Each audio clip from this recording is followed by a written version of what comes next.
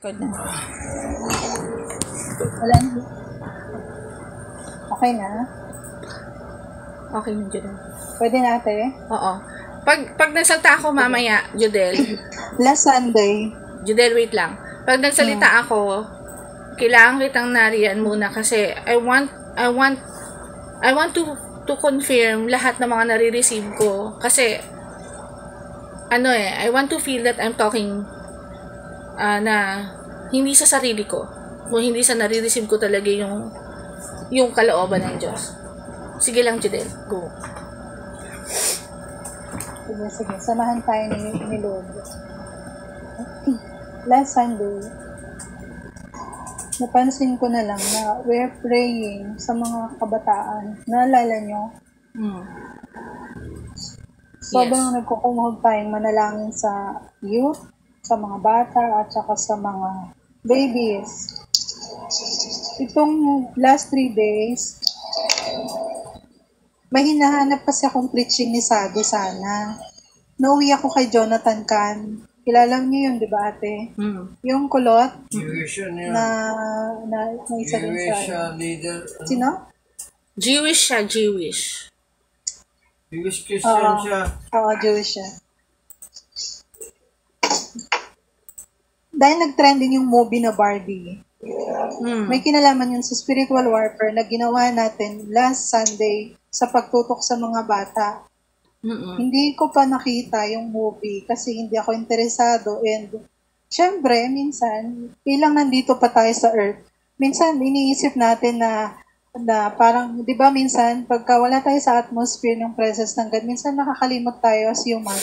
We treated everything is normal dito sa earth. So, hindi ko pinansin. Hanggang si Jonathan Can, binuksan niya kung sino yung karakter na Barbie na kinalakihan ng mga bata, ng kabataan. Kasama kami nila, Ate Risa. Siguro meron din dito iba. So, ito pala yon. Nilaliman niya. Yung umpisa natin saan siya nagmula daw.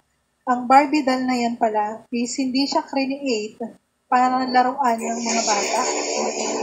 Dahil lumabas ang Barbie doll time ng Nazi, World War II, at kung saan ang Barbie doll na yan is laruan as sex toys. Hindi narinig, Judel, ulitin mo. Nilabas siya. Laruan as? Laruan siya as adult. She's not created sa mga bata as sex toys. Because ang representative ni Barbie that time ng World War II is prostitute or yung mga comfort girl. So nilabas, binenta sa market para sa mga adult na mga lalaki. Tapos nirevise si Barbie, ginawang laruan pang bata. No, nag-evolve. Tapos yung kinalaman nito is ganito. Doon sa episode ng Barbie, doon sa pinaka-entrada ni Barbie, Lagyan mo ba yung tubig? Isang malaking... Lagyan ng tubig. Oh. Kuya, chat mo kami. Limang beses daw to. Kasi Teka lang. Araw. Yung entrada, pag sinilip ninyo, may entrada yung Barbie doll. Kasi hindi ko nga napanood. Yung entrada ng Barbie doll, isa siyang giant na Barbie. Tapos, yung damit niya, nung unang-unang nilabas siya, naka-costume siya ng swimsuit na stripe, black and white. Yun din yung suot ng entrada ng Barbie doll. Tapos may mga bata, ang weird, may mga bata na edad 2 to 4 years old nandoon sa paanan ng Barbie. Significant na to ha, spiritual na to ha. Tignan yung mabuti kasi yung movie created by Illuminati. Meron silang significant na ginawa. Sa pelikula din. Yes, Ate Jen. Yes, Ate Jen. Oo. Yung pinaka-entrada ng Barbie doll. Tapos, yung mga bata, makikita doon na naglalaro sila ng baby doll. Hawak nila yung baby doll. Baby doll is create para sa mga age, di ba, na toddler infant, di ba? Mga age appropriate yun kasi ganun. Age. Para, alam niyo yun, na kapag nagpe-play, marami sa ating babae, no? Pag nagpe-play ng doll, ano daw yun eh, sabi ni Jan Can is, parang nai-influence yung batang ma-nurture pa na mag-alaga, mag-care diba? sa iba, Tapos, mag-care sa kapatid. Preparing, yes, so, and mag-care sa iba, magpakain, basta mag-pamper, mag-love, at preparing for the future na ganun dapat yung character na ilalabas. Pero doon, makikita ninyo, may mga baby doll lahat ng bata. Yung isang baby doll doon, yung isang batang parang age 3 or 4 years old, ito na yon. May nakalapag na doll. Yung doll is parang figurine siya. Kasi nung init siya nung batang, yung doll niya, bumalibag ito at naitapon doon sa nakalapag na doll, nawasak yung ulo ng baby doll na nandun sa floor. Kasi nalaglag, naitama doon mismo doon sa ulo nung doll. So nawasak, sumabog yung ulo, yung pinakaulo ng baby doll, sumabog. Pero yung bumaksak sa kanya na doll na isa pa, hindi nasira. Ito daw yung significant ng Illuminati na malinaw na message para sa mga kabataan. They will destroy the children. They will destroy their future. And kasi daw pag nasira na nila yung design ng pagkabata pa lang, bata pa lang, makapapansin nyo ngayon, 1-year-old pa lang, lalaking bata, nagsasayaw ng malaswa. Mapapansin niyo na itong generation, gusto nilang gibain to become an evil. Kasi daw pag nasira na yung design ng bata, or yung identity ng bata, pag nasira yun ng kabataan pa lang niya, yung future ng bata, pati yung, di ba sabi natin, is yung kinabukasan ng bansa is nakasalalay sa mga youth, sa kabataan. So pag nasira nila yung destiny ng mga kabataan habang lumalaki, pati yung bansa pala, masisira. Tapos ito yung effect, yung Barbie doll, nagsabi siya doon kasi yung doll, no? Ito yun naman yung influence. Pinupush doon ng character ng Barbie na yung superpower bilang babae hindi kailangan ng lalaki. At kasi hindi na siya nasa-satisfy, hindi na naibibigay ng character na Ken yung needs ni Barbie doll, which is nagpupush siya influence ng tao, matanda at bata na hindi naman pala kailangan magsamang lalaki at babae. I'm not talking about marriage lang kasi hindi mabubuo yung planet Earth ng walang lalaki at babae na magkasama. Dinidestroy nila yung utak ng mga tao na maging independent yung lalaki sa lalaki at babae sa babae para papasok na dito yung homosexual hindi kailangan ng babae ng lalaki kasi kaya ng mga babae. Yung woman power influence, doon pumapasok yung mga lesbiana Then, dito yun nag-umpisa sa woman power influence na sinasabi. So, ito yung, nilatag ko ito kasi kasama ito sa tatrabahuin natin kaya nagko-cover ng mabilis si Lord nung last week. Kasi nga, yun din yung trending ng labas ng movie na Barbie. Mukha lang siyang ordinaryo, no? Pero malalim pala yung ginagawa ng Illuminati dito sa tinatrabaho nila yung mga bata buong mundo. Yun. Sige ate, thank you. Ayan. So, nakikita natin dito yung innocence ng mga tao na kapag hindi tayo well-educated sa mga nangyayari sa mundo, hindi natin nadidiscern. Kasi hindi talaga pwedeng wala tayong pakialam as intercessors Ngayon, tatanungin ko kayo, bawat isa sa inyo sa ating grupo, maliban na lang sa mga, alam mo na, yung nag-uumpisa pa lang, kasi God needed your commitment in serving God. Kasi, habang tumatagal, nakilala mo si Lord, may purpose yung pagkakakilala mo sa Panginoon. Okay? It's a two-way relationship. Minamahal tayo ng Diyos, sinutulungan tayo ng Diyos sa everyday life, pero hinuhubog niya rin tayo para magamit at the same time. Kasi walang ibang instrumento ang Diyos sa lupa, kundi tayo lang Naiintindihan nyo ba yung ibig ko sabihin? God needed people. And kaya lang, sad to say, talagang nasa Bible talaga na that the remnant people, yung remnant na sinasabi niya, I'm sure naririnig nyo na yan, ilang beses na natin pinag-usapan yung remnant. The remnant is just a small portion. Parang Pilipinas, sa buong mundo, Pilipinas lang, it's still a small portion of the world's population. At sa Pilipinas, hindi pa siya yung purong Pilipinas, may mga butil-butil na mga tao sa iba't ibang lugar. Kaya, na hindi kakasya sa IFP, kung sistimahin mo parang ang dami, pero it's still a small population of people, the remnants.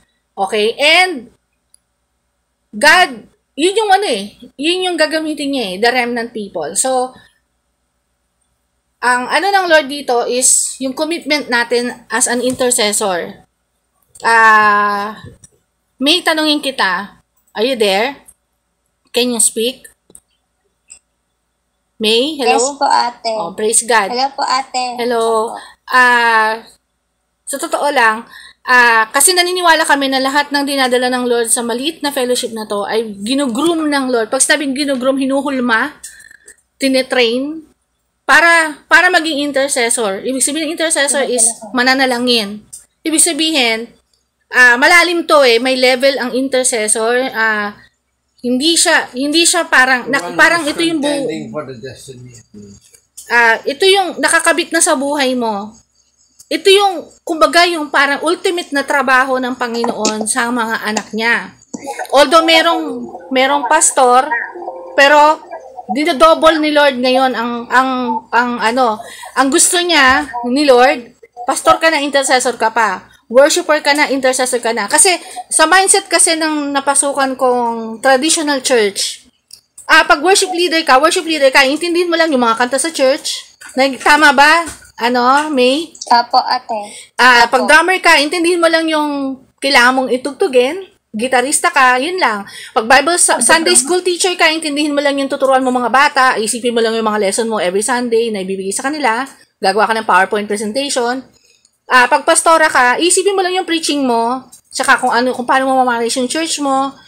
Iba yung intercessor. Kaya nung pumasok yung 1990s, yung lumating yung revival, binigay ng Lord yung double portion ng anointing. Kasi doon namin na-encounter yung pastor namin is an intercessor. Kaya kami naging intercessor lahat dahil din sa mga ugat na pinagdaanan namin. Praise be to God, I was led to a church na at the right time and at the right people. Kasi bata pa lang ako, ginugroom na kami ni nanay to become an intercessor. Kaya lang, para mahulma ka, para maintindihan nyo kasi, maraming samut-saring problema. Sabihin, sa akin, hindi ko na siya tinuturing na problema ngayon It's just a training. Yung bagong term natin ngayon, no? Training na. So, to become an intercessor is a level na kumbaga may mga pagsubok tayo sa buhay na parang pinupush tayo ng Lord to pray. Tama ba, May? Nararanasan mo yon? You're always pushed to pray. Something is happening in your life. Ganon din ba sa'yo, Lovely? Amen. Sa'yo, Lovely, di ba? May something na parang pinupush ka na parang laging may prayer concern. Tama ba, Lovely? Are you there? So, alam ko narinig ako ni Lovely kahit di siya makareply. Yes, Amen, amen. Praise God. Voice na po si Lovely. Oo. So, kinakausap ko muna kayong dalawa kasi syempre new kayo dito bago kayo dito sa ganitong turo. Kasi kami kasi binusog na kami ni nanay dito sa mga turo na to.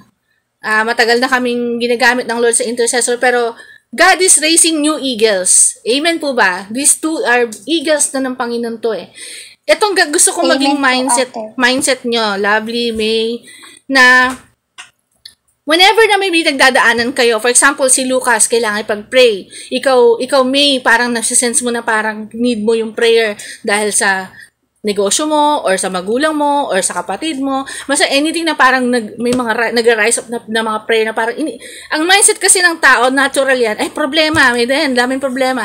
Pero, kung titingnan mo, in a godly mindset, kung iisipin mo siya, mababawasan yung bigat mo kapag ganito mindset mo binibigyan ako ng opportunity ng Lord to pray at ma-demonstrate ang kanyang kapangyarihan sa buhay ko.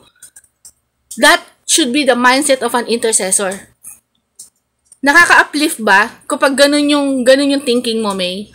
Na pag may pinagdadaanan ka, hindi mo siya iisipin na problema. Kung hindi, everything na kailangan ng prayer is an opportunity.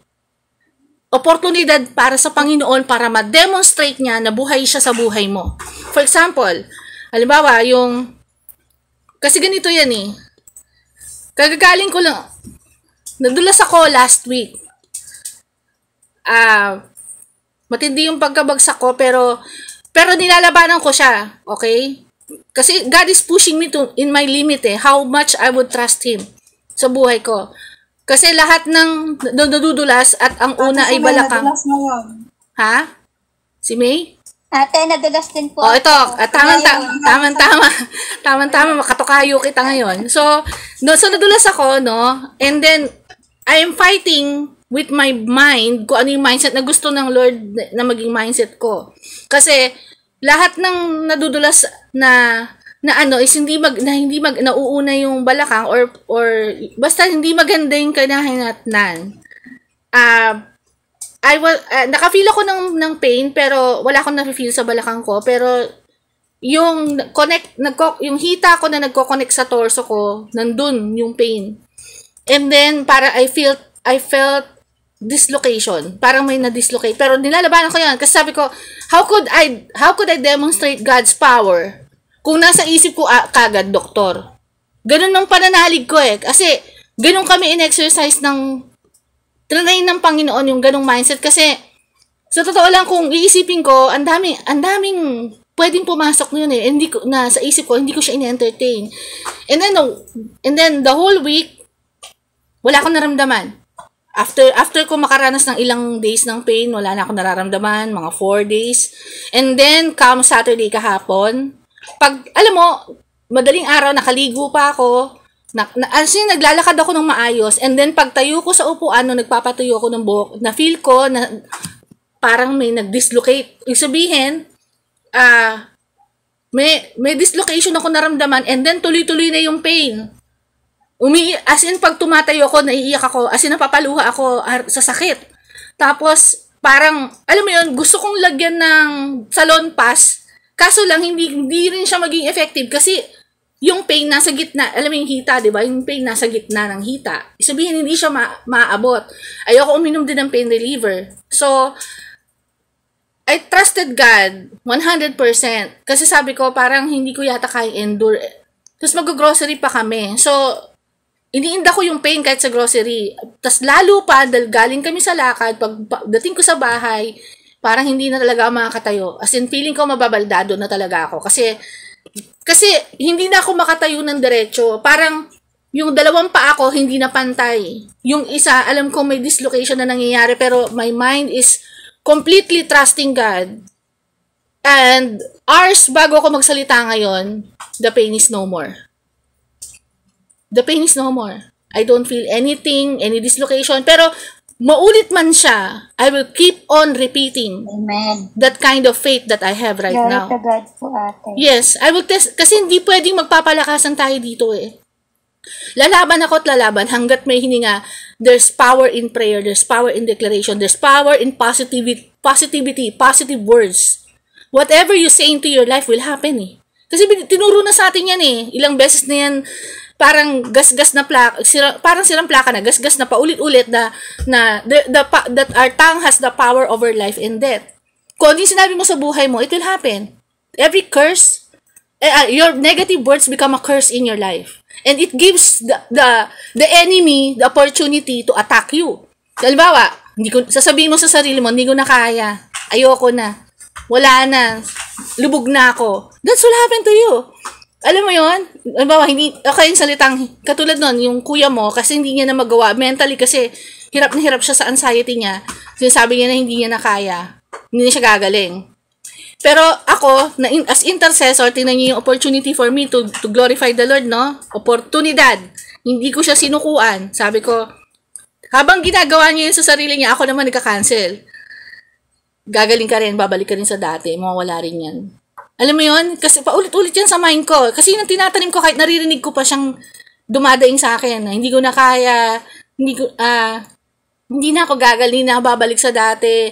Nalabanan ko yon, declaration ako, nagde-declare. Kahit na sabihin ko, paulit-ulit ka, magiging paulit-ulit din ako kasi nananampalataya ako sa power ng salita ng Diyos eh. Nananampalataya ako eh. That's how we fight.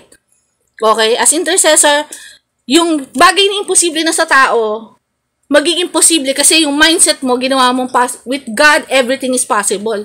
Ganun tayo I-apply na natin yung salita. Kasi, anong ite-testify na? Sabi ng Lord, di ba, sa Revelation, we overcome, Revelation 13, we overcome through the blood of the Lamb. Wala nang ibang paraan para maka-overcome. And through the power of our testimony. What do you testify? Ano yung tinetestify ng bibig mo? Okay, ang dami ko napapanood ng mga testimony. Lord, sa kanila lang ba pwedeng mangyari yun? Are you a respecter of person na sila lang yung favorite mo, Lord? Na pag nag-pray sila, gumagaling sila? Our mindset should be, it could happen to you, it also could happen to me. We're just giving God an opportunity to demonstrate His power, kaya tuloy-tuloy lang. Ganito yan bawat problema or training na dumarating sa buhay natin, it's, pag na-overcome mo yon, another level. Another level. Pakit ka ng pakit hanggang sa ma-reach mo yung character na gusto ng Panginoon. Amen po ba? Ate Marlene, lalo ka bang pinatatatag? Amen po, ate. Pinatatatag ng problema mo? Lalo bang lumalalim yung pananampalataya mo sa Diyos? Amen po ba? Na parang sabi nga nila, being a warrior, ito yung mga naririnig-rinig natin. Being a warrior, the more na nasusugatan ka, mas lalo kang tumatapang. Lalo na sa mga Bisaya. Alam mo yon, matatapang kaming mga waray kami. As in, halimbawa, kasi sanay sa mga province namin yung nakaka-encounter ng aswang encounters. Alam mo yon, si nanay, nako, pag nakakaramdam yan, magpakita ka sa akin, kakainin kita. Ganyan ng mga waray Kumbaga parang, the more na pinoprovoke sila na matakot, the more na yung tapang lumalabas. That's the culture of waray. We are more, parang, yun napansin ko sa culture namin Parang the more na may mga problema, the more na aggressive in declaring na kaya kitang talunin. So, kung i-apply natin sa spiritual yon, actually, ba't naiiba yung, may sasabihin ako dito mahalaga, pero alam ko may singit ko rin, Pero this is the flow of the Holy Spirit right now. Kasi lahat tayo dumadaan talaga sa kadiliman ng pagsubok, ng training. Kasi, we don't have a choice. And, ang mga nasusubukan, ang mga nakakaranas ng training, ay mga tinawag.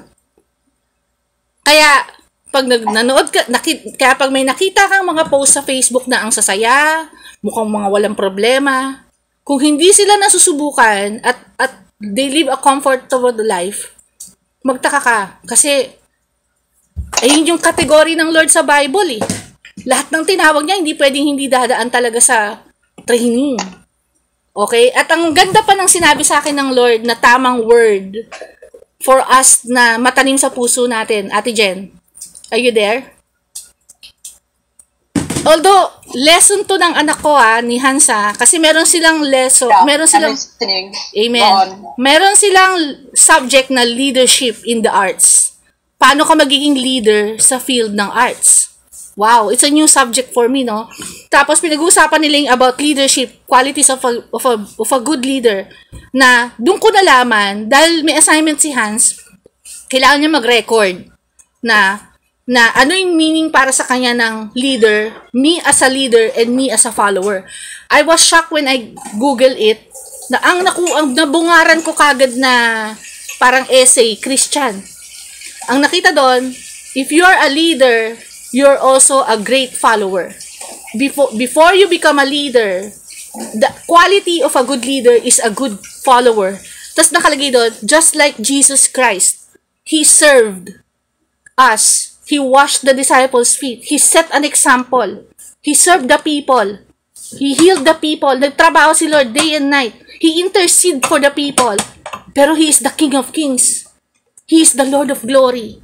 Nakita niyo yung puso ng Panginoon? Selfless. Hindi iniisip yung sarili niya. He gave His life for us. Dun yung direksyon na papunta natin. Yun yung pupuntahan nating direksyon. Na kaya natin ibigay yung buhay natin. Alam nyo ba na kapag nag-intercessor kayo, sabi nga ng mga nag-intercede pala kayo, nagpipray kayo, parang nilagay nyo na yung isang paa nyo sa hukay. Bakit? Because you put yourself in another person's feet. nilalagay mo yung sarili mo, ikaw yung nananalangin in behalf of that person. Tayo, binuo tayo ng Lord, not only to pray for other persons, but to pray for the whole country. The burden that God has given to us as an intercessor is for the whole Philippines. That's the privilege that we have. Kaya tayo na-involve sa IFP. Because we are a body, katawan ng mga believers na kasama ng Lord na lalaban. Ang paraan ng Lord is not the swords. Alam niyo ba kanina during worship, ang nakakatuwa? Alam niyo kung bakit, sino sa akin nakakarinig kanina nang nag-worship ako? Narinig niyo ba boses ko? Gusto nga ng blending mo. Yung kanina? Yes, ate. Bakit kayo hindi mapapakanta? Dahil habang nag-worship ako, nakikita ko, alam mo, pinakita sa akin ng Lord. Usually, mahilig siya magpakita sa akin ng mga vision ng sword But he gave me a vision. Yan, tinan mo nga, akin na nga yung mega sketcher. Dali, i-drawing ko lang. Binigay niya akong vision na isang, hindi, gusto ko to. Isang klase ng espada na ginagamit ng mga nila lapu-lapu. Wait lang ha. Para lang makita nyo kung anong klaseng sword yung binigay niya sa Pilipinas ngayon. While I worship. Tapos pumasok yung revelation ng Songs of Deliverance. So, nakikita nyo ba to? Sibak. Yung parang malaking espada na parang parang shape ng letter C. Tapos umaapoy siya. Yung parang hawak ni lapu-lapu, mga ganon. Hawak na mga bolo. Yun, yung bolo. But it's a mighty sword na ginagamit during ancient times. Sabi ko, Lord, what's the significance? Tapos habang nagpe-pray ako, lumalabas yung word. Kasi ganon yung gift sa akin ng Panginoon Lumalabas yung words na Songs of Deliverance. Tapos, kasi, tandaan nyo, kung naalala nyo, ito may na-experience namin to nung nasa C5 kami, ni-reveal sa amin ng Panginoon, di ba, sabi sa Bible, all creation worship you. Ibig sabihin yan, yung mga halaman, mga puno, karagatan, kabundukan, they have the ability to worship the Lord. Everything in creation worships the Lord. Naniniwala ka ba dun, May? Kasi yes, yun ang nakasulat sa Bible Kasi pagdating mo sa heaven, yung mga naka-experience ng heaven visitation, they can see the flowers bringing songs to the Lord, singing songs to the Lord. So the plants are worshiping in heaven. So, na-reveal sa amin ng Lord na ang karagatan natin sa Pilipinas ay hindi nakaka-worship, hindi sila malaya. At isang ebidensya nun ay nakita mo polluted yung mga karagatan natin, pati mga estero, mga ilog, parang hindi na sila makahinga. So, they have a life. Okay?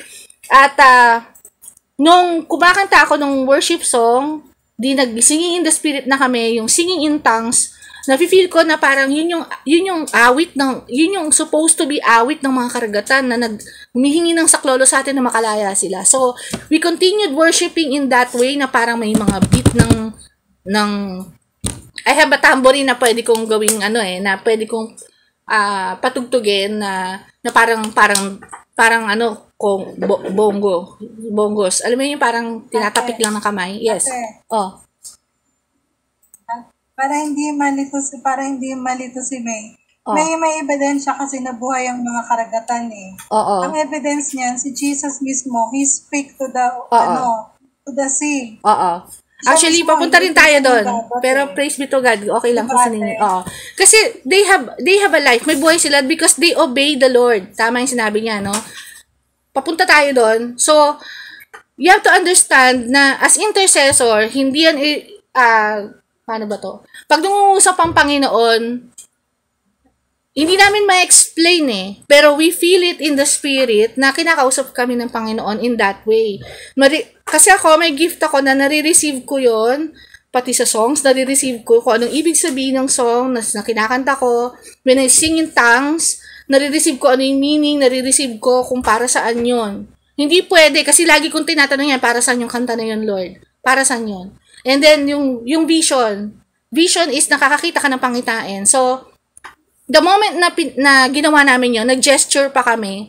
Kumuha kami ng mapa ng Pilipinas at inaapakan namin while tinuturo namin yung lahat ng karagatan, and then speaking in tongues na palayain yung aming karagatan while we were worshiping. Dumadagundong yung hindi ko ma-explain yung klase ng worship na nangyari sa amin. Wala nang worship song eh. Kami na lang yung kumakanta. So, parang dumadagundong yung sound ng tongues. Tapos, and then, all of a sudden, after a week, no? Kasi hindi pwedeng walang ebidensya yung ginawa namin eh. Laging ganun ang heart ng intercessor, Lord, makikita namin yung resulta ng pinag-pray namin. I happen to know a person, nung nag-aaral pa si Hans nung preschool, na girlfriend siya ng isa sa mga single dad sa school ni Hans, na alam ko meron na siyang katungkulan as parang counselor, ganyan. Pero low-key lang siya. Ang apelido niya Duterte. Hindi ko alam kung related siya kay Duterte pero ano siya, sobrang friendly, kinaibigan ako. Tapos, gulat ako na sa news nakita ko siya. Tapos tinignan ko siya na ano pala siya, naging cabinet member na ng presidente. Naging undersecretary siya na may hinawakan niya yung waterways. So, nakita ko siya sa news, pero bago pala siya maging gano'n, nagulat ako na from mababang position, naging mayor siya ng Cebu.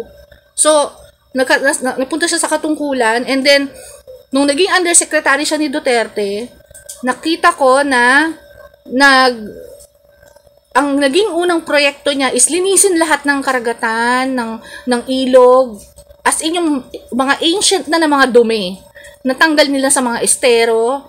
Kung pupunta ka sa Divisoria, kung pupunta ka sa Ilog Pasig, naging proyekto nila yan. Kung pupunta ka sa Manila, yung mga estero, nilinis nila yan. Tapos sumunod na yung mga beaches. Yung nag-umpisa noon yung Boracay eh.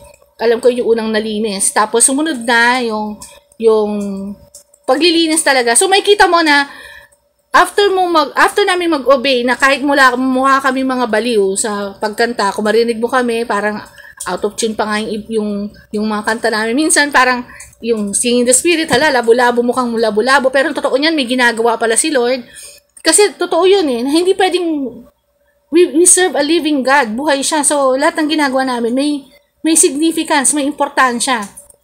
Akalain mo na, ma-manifest yung prayer na ginawa namin to free the seas and the rivers from pollution, isang sign yun na nakakahinga na sila, na they can glorify the Lord.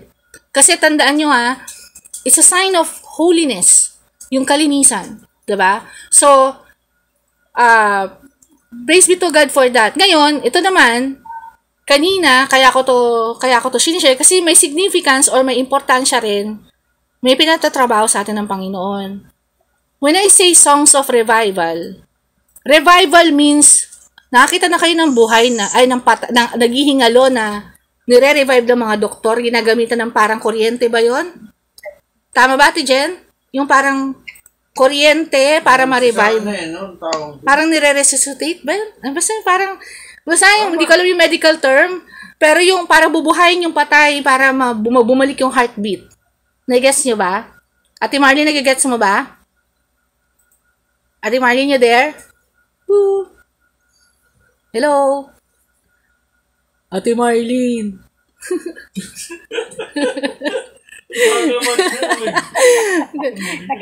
Kasi na-excite ako eh. Na-excite lang ako. Kaya, ayan, narinig ko rin. Hindi, na-excite ako kasi may bagong naintindihan ko yun. Yung parang parang plancha na yun. kuryente. Oo, sabi ng Lord na humanda tayo kasi humanda tayo kasi maraming buhay na gigisingin ng Lord. Maraming patay na i-revive si Lord. Maraming buhay siyang sasagipin through music. Okay? Kasi in connection sa sinabi ko sa inyo nung nakaraan, kung naalala nyo na kailangan natin pag-pray yung music industry dahil may gagawin si Lord. Alam mo, kung tutuusin, parang Ano pakialam natin sa music industry, 'di ba? Parang isipin mo na lang yung mga problema sa politics, 'di ba? Or 'di ba? Pero hindi, doon yung direction na binibigay sa atin kasi I need your cooperation, I need your parang ganito yung pinagagawa sa atin ng Lord. Sabi ng Lord, yes, I know, may mga kanya-kanya kayong mga dalahin sa buhay. Pero pag inuna mong, come and follow me. Come and follow me. Pag sinabi ng Lord, follow me in this direction. Si Lord ang bahala sa buhay mo eh. Si Lord ang bahala sa mga iniintindi mo. Intindihin mo kung ano yung mission na pinagagawa ko sa inyo ngayon. This is an act of unselfishness. Ibig sabihin, nilalabas tayo ng Panginoon para manalangin sa mga bagay na hindi naman tayo concern, pero gusto ng Lord na maipanalangin natin dahil alam nyo ba na magkakadamay-damay lahat to eh. Once na natutukan natin to, it will also affect our families and even our nation.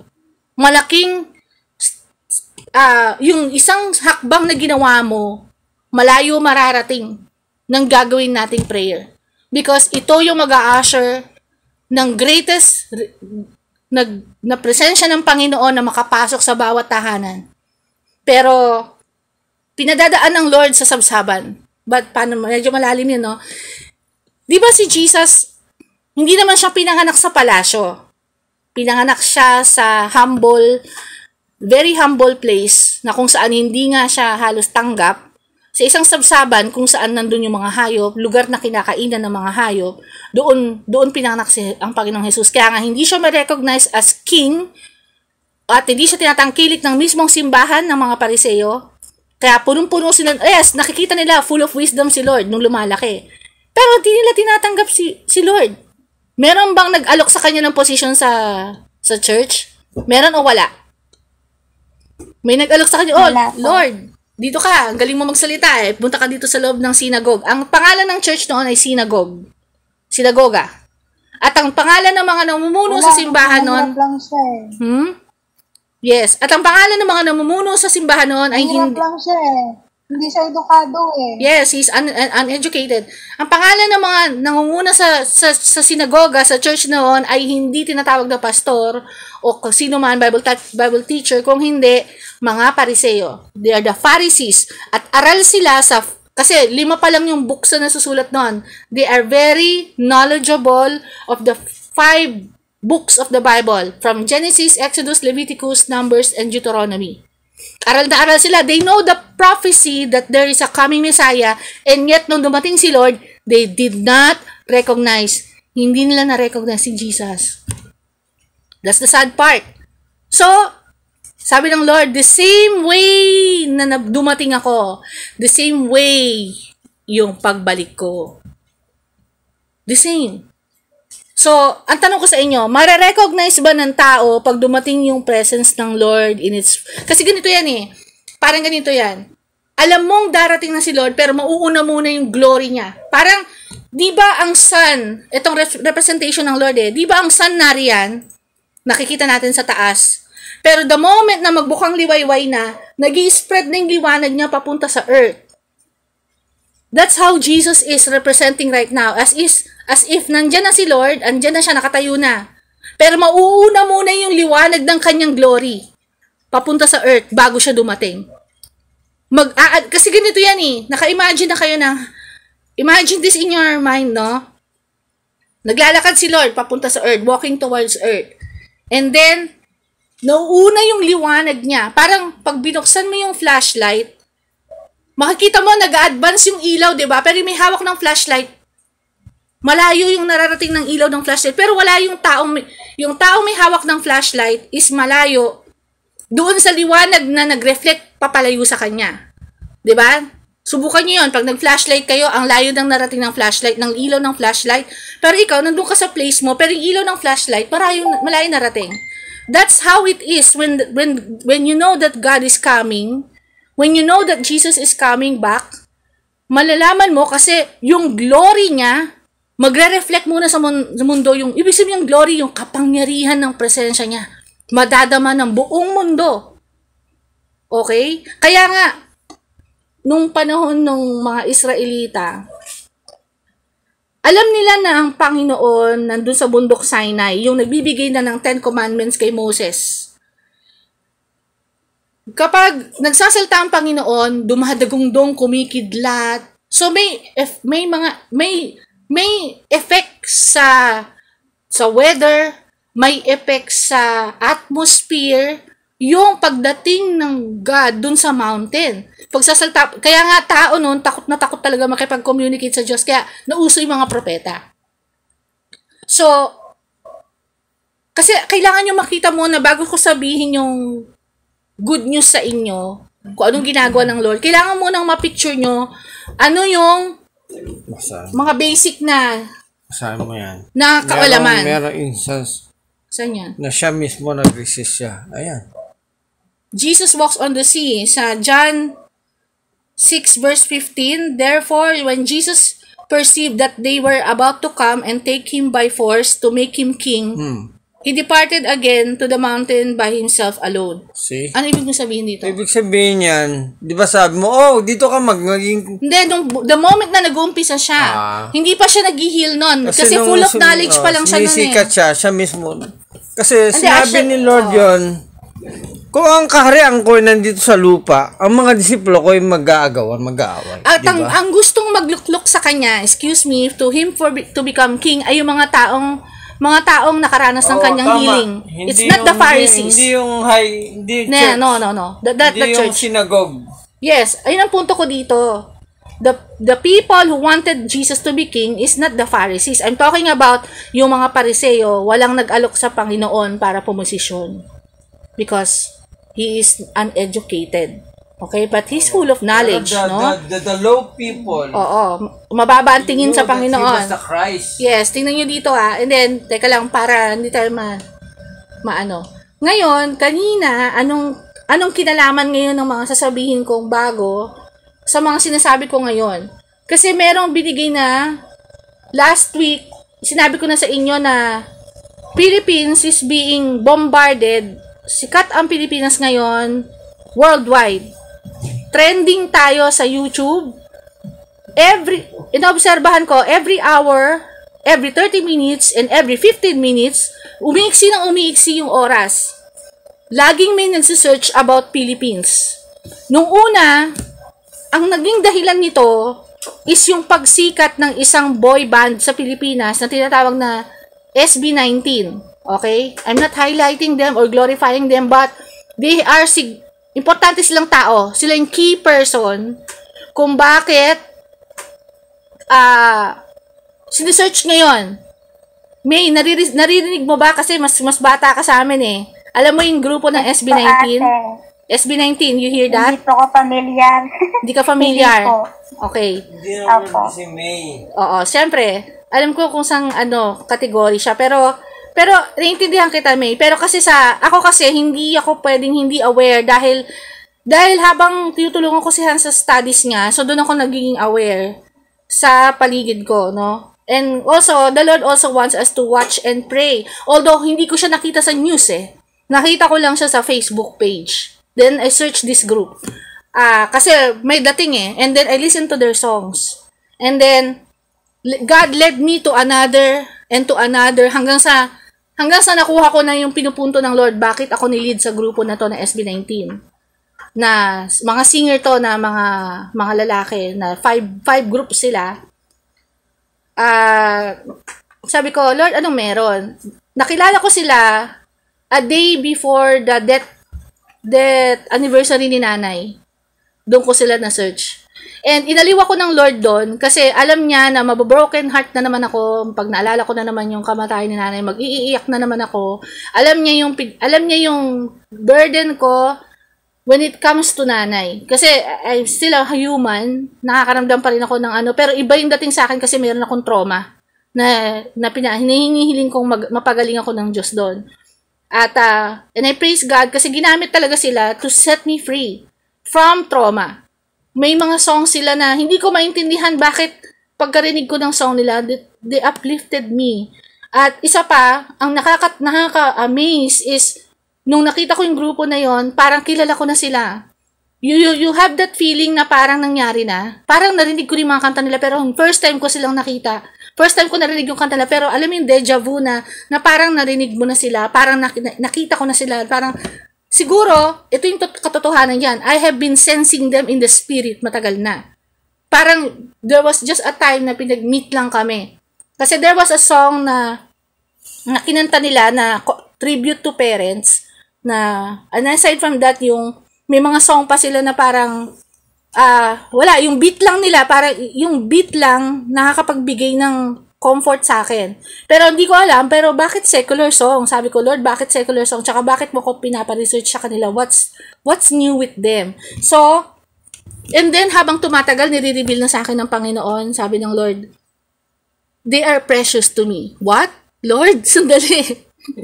Ba't sasabihin they're precious to me, Lord? Sino ba sila? Parang, and then I started searching for them at nalaman ko na, and lately, nagulat ako na sumisikat sila. Hindi naman sila nagsisilbi sa Lord. Yes. Nagulat ako na sumisikat sila ngayon worldwide. Laman sila ng bawat YouTuber reaction. At dahil sa kanila, na-curious yung buong mundo, na-curious ngayon yung buong, pati Hollywood, producers, filmmakers, voice coaches, music enthusiasts, kung ano meron sa Pilipinas, na parang ngayon lang sila nakakita ng world-class talent na mga Pilipino. They cannot believe that Philippines can produce that kind of sound, that kind of tone, that kind of lyrics, na parang ang galing-galing. Kasi, I found out na sa Amerika pala ngayon, dumadaan sila ng parang dark ages sa music. Ibig sabihin, hindi na nagiging maganda yung mensahe ng mga kanta nila. Parang, basta alam mo yung salitang makagawa lang ng mga kanta? Ano yun? Ay, hindi kaya ni Papa yun. Huwag ka lang. So, and then sabi ko, Lord, bakit sumisikat sila? Tapos sabi ng mga YouTuber, parang they've never heard such songs. They can't believe Filipinos have that ability. And then, the lyrics, sabi na, they're so motivational. They're so, parang, ang ganda ng message daw. Yun ang sinasabi nila. So, sabi ko, Lord, what's behind them? Bakit na? Tapos may mga nakikita pa akong mga Amerikano na naiiyak sila dun sa kanta. Sabi ko, wow, parang wow, bakit nagaganon yung damdamin nila? Mga rapper to, mga musicians sa Amerika na pag pinakinggan nila yung songs ng SB19, they something touch them. Alam mo yun? So, lalo ako na-curious. Lord, sige, Lord, pinalalim niya pa yung pag-aaral dito sa grupo na to. Sabi ng Lord, ibibigay ko yung grupo na yan sa inyo bilang assignment. Sabi ng Lord na you have to pray for that group. Sabi ko, Lord, bakit? Kasi sila yung mag-a-usher ng great revival sa Pilipinas. Wow! Who are these people? Nasa secular world sila. And then, bakit sila mag-a-usher ng great revival? Mga nasa mundo sila eh. And then, I've never heard from them. No? Tapos, but there's something with their songs na nahahalina na eto pa yung sabi ng Amerikano. Merong ibang Americans na gustong-gusto nila yung lyrics. Meron namang ibang Americans na hindi sila after sa lyrics. It's just the music na parang wow, what kind of instrument they use? Parang out of this world daw yung kanilang mga ginamit na instruments, out of this world yung mga boses kasi vocally, ang gagaling talaga kumanta na parang ngayon lang sila nakarinig ng quality voice. And then, dahil sa kanila, nahalungkat yung mga singers natin. Nire-reactan. Biglang nabuhay si Gary Valenciano, Regine Velasquez, tapos yung recent na sila Morissette Amon, yung mga singers na mga sikat ngayon, trending sila. Ba't natin pinag-usapan to? Flashback tayo sa nakaraan. During the time na wala pang pandemic, tinataas ng IFP, ng Intercessors for the Philippines, ang 7 pillars of society. Di ba? Family, business, education, sports, media, parang sa politics, and then meron tayong media and entertainment. So, kasama pala yun. And then, we neglect that part at hindi natin nakita na there's a need to pray for that. Pero, recently, di ba, bago ko nagpe-pray tayo na, Lord, mabago yun, na magkaroon ng revival, even in media, na lumabas yun sa bibig ko During the time na hindi ko pa to sinasabi, lumabas sa bibig ko yun na magkaroon ng revival, even in music industry. Tapos, So, talagang yung mga prayers na lumalabas sa ating bibig is orchestrated by God. Kasi alam ng Lord kung kailan yung season. And then, I was shocked nung nalaman ko, inalam ko yung mga buhay ng bawat isang membro. Una kong nalaman na yung composer nila, yung pinaka-leader ng group nila, is a Christian. Kaya pala. And then, sumunod, may isa pang Christian, so 2 na sila. And then, kanina lang nalaman ko, 3 na sila. So, 5 sila sa grupo, so may 3 Christian. I believe yung 2 doon na patanggap na nila. Kasi hindi sila, tinignan ko yung kanilang blogs, nakita ko na sinabi doon that they pray before they go to stage. Napakahalagang elemento nila yan. They pray before they go to stage. Okay, so nandun ako, so tumatalon yung puso ko, sige, baka pala nila si Lord, kaya siguro ganun yung mga songs nila. Hindi pala ganun kasimple lang yun. Sabi ng Lord sa akin habang tumatagal, I called them. They are the, parang sila yung magbubukas ng pinto, which is true. Dahil sila yung magbubukas ng pinto para umangat ang Pilipinas. Bakit? Si Manny Pacquiao yung forerunner niyan eh. Remember Manny Pacquiao? Si Manny Pacquiao ang pero nakita nyo, nung plus factor na nakilala ni Lord si Manny Pacquiao and people see him praying before a fight, nag-glorify si Lord. Crime tayo pag lumalaban si Manny Pacquiao. Yes. And then sabi ng Lord, ito yung second wave. Pero this second wave na yung grupo na to will bring revival is malaki ang sakop nito dahil it will touch every ages. Not only the youth. Okay, sabi ko, Lord, sige, ano pa yung significance nito? So, tatanong ako kay Lord kasi bakit tuloy-tuloy siya, no? Parang, nung namatay si nanay, I suddenly felt that I have a mission. Na-overtake niya yung trauma na nararamdaman ko, na parang hindi ko na kailangan mag-dwell dyan. So, kailangan ko mag-desisyon na ma-set free. Kasi kasi unless hindi ako makatawid, kaya salamat talaga sa mga prayers nyo, na alam ko matagal na kanyo akong pinagpipray sa area na to pagdating sa grieving ko kay nanay, no? Kasi hindi siya madali. Kasi ako ay artist, no? Meron akong visual trauma na pag sinabing visual trauma, pag gumihiga ako, na-imagine ko kung paano siya namatay. Pero hindi ko gusto yon. It's just that meron akong part ng memory ko na gusto kong matanggal eh. Although nandun na siya, but PSTD tawag doon. Pero the good thing, PSTD daw, hindi ko alam yon.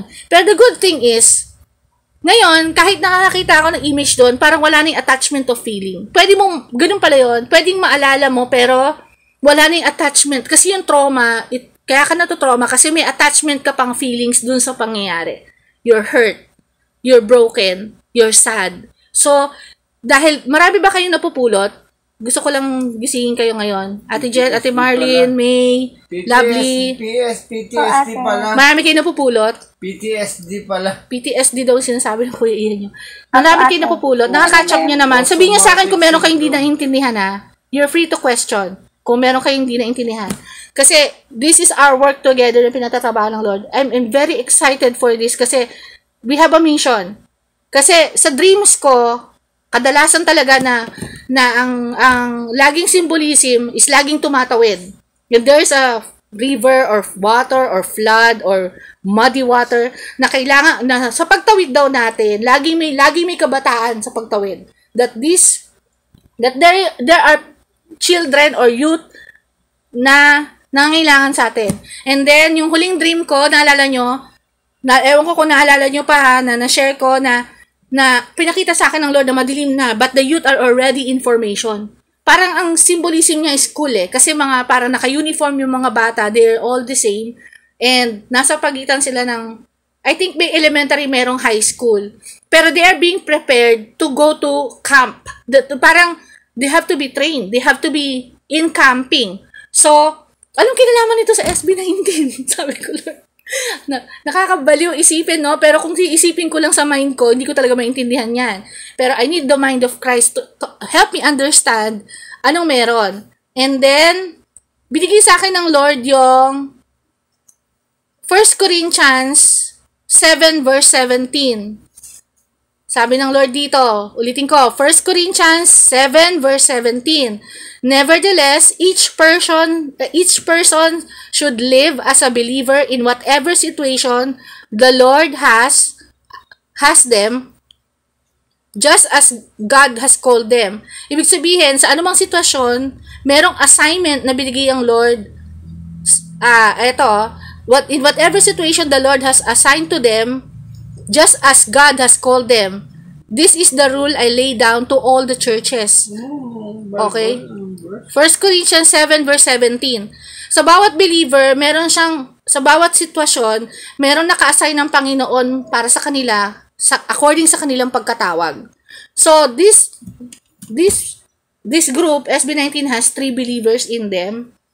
And they were in the secular world.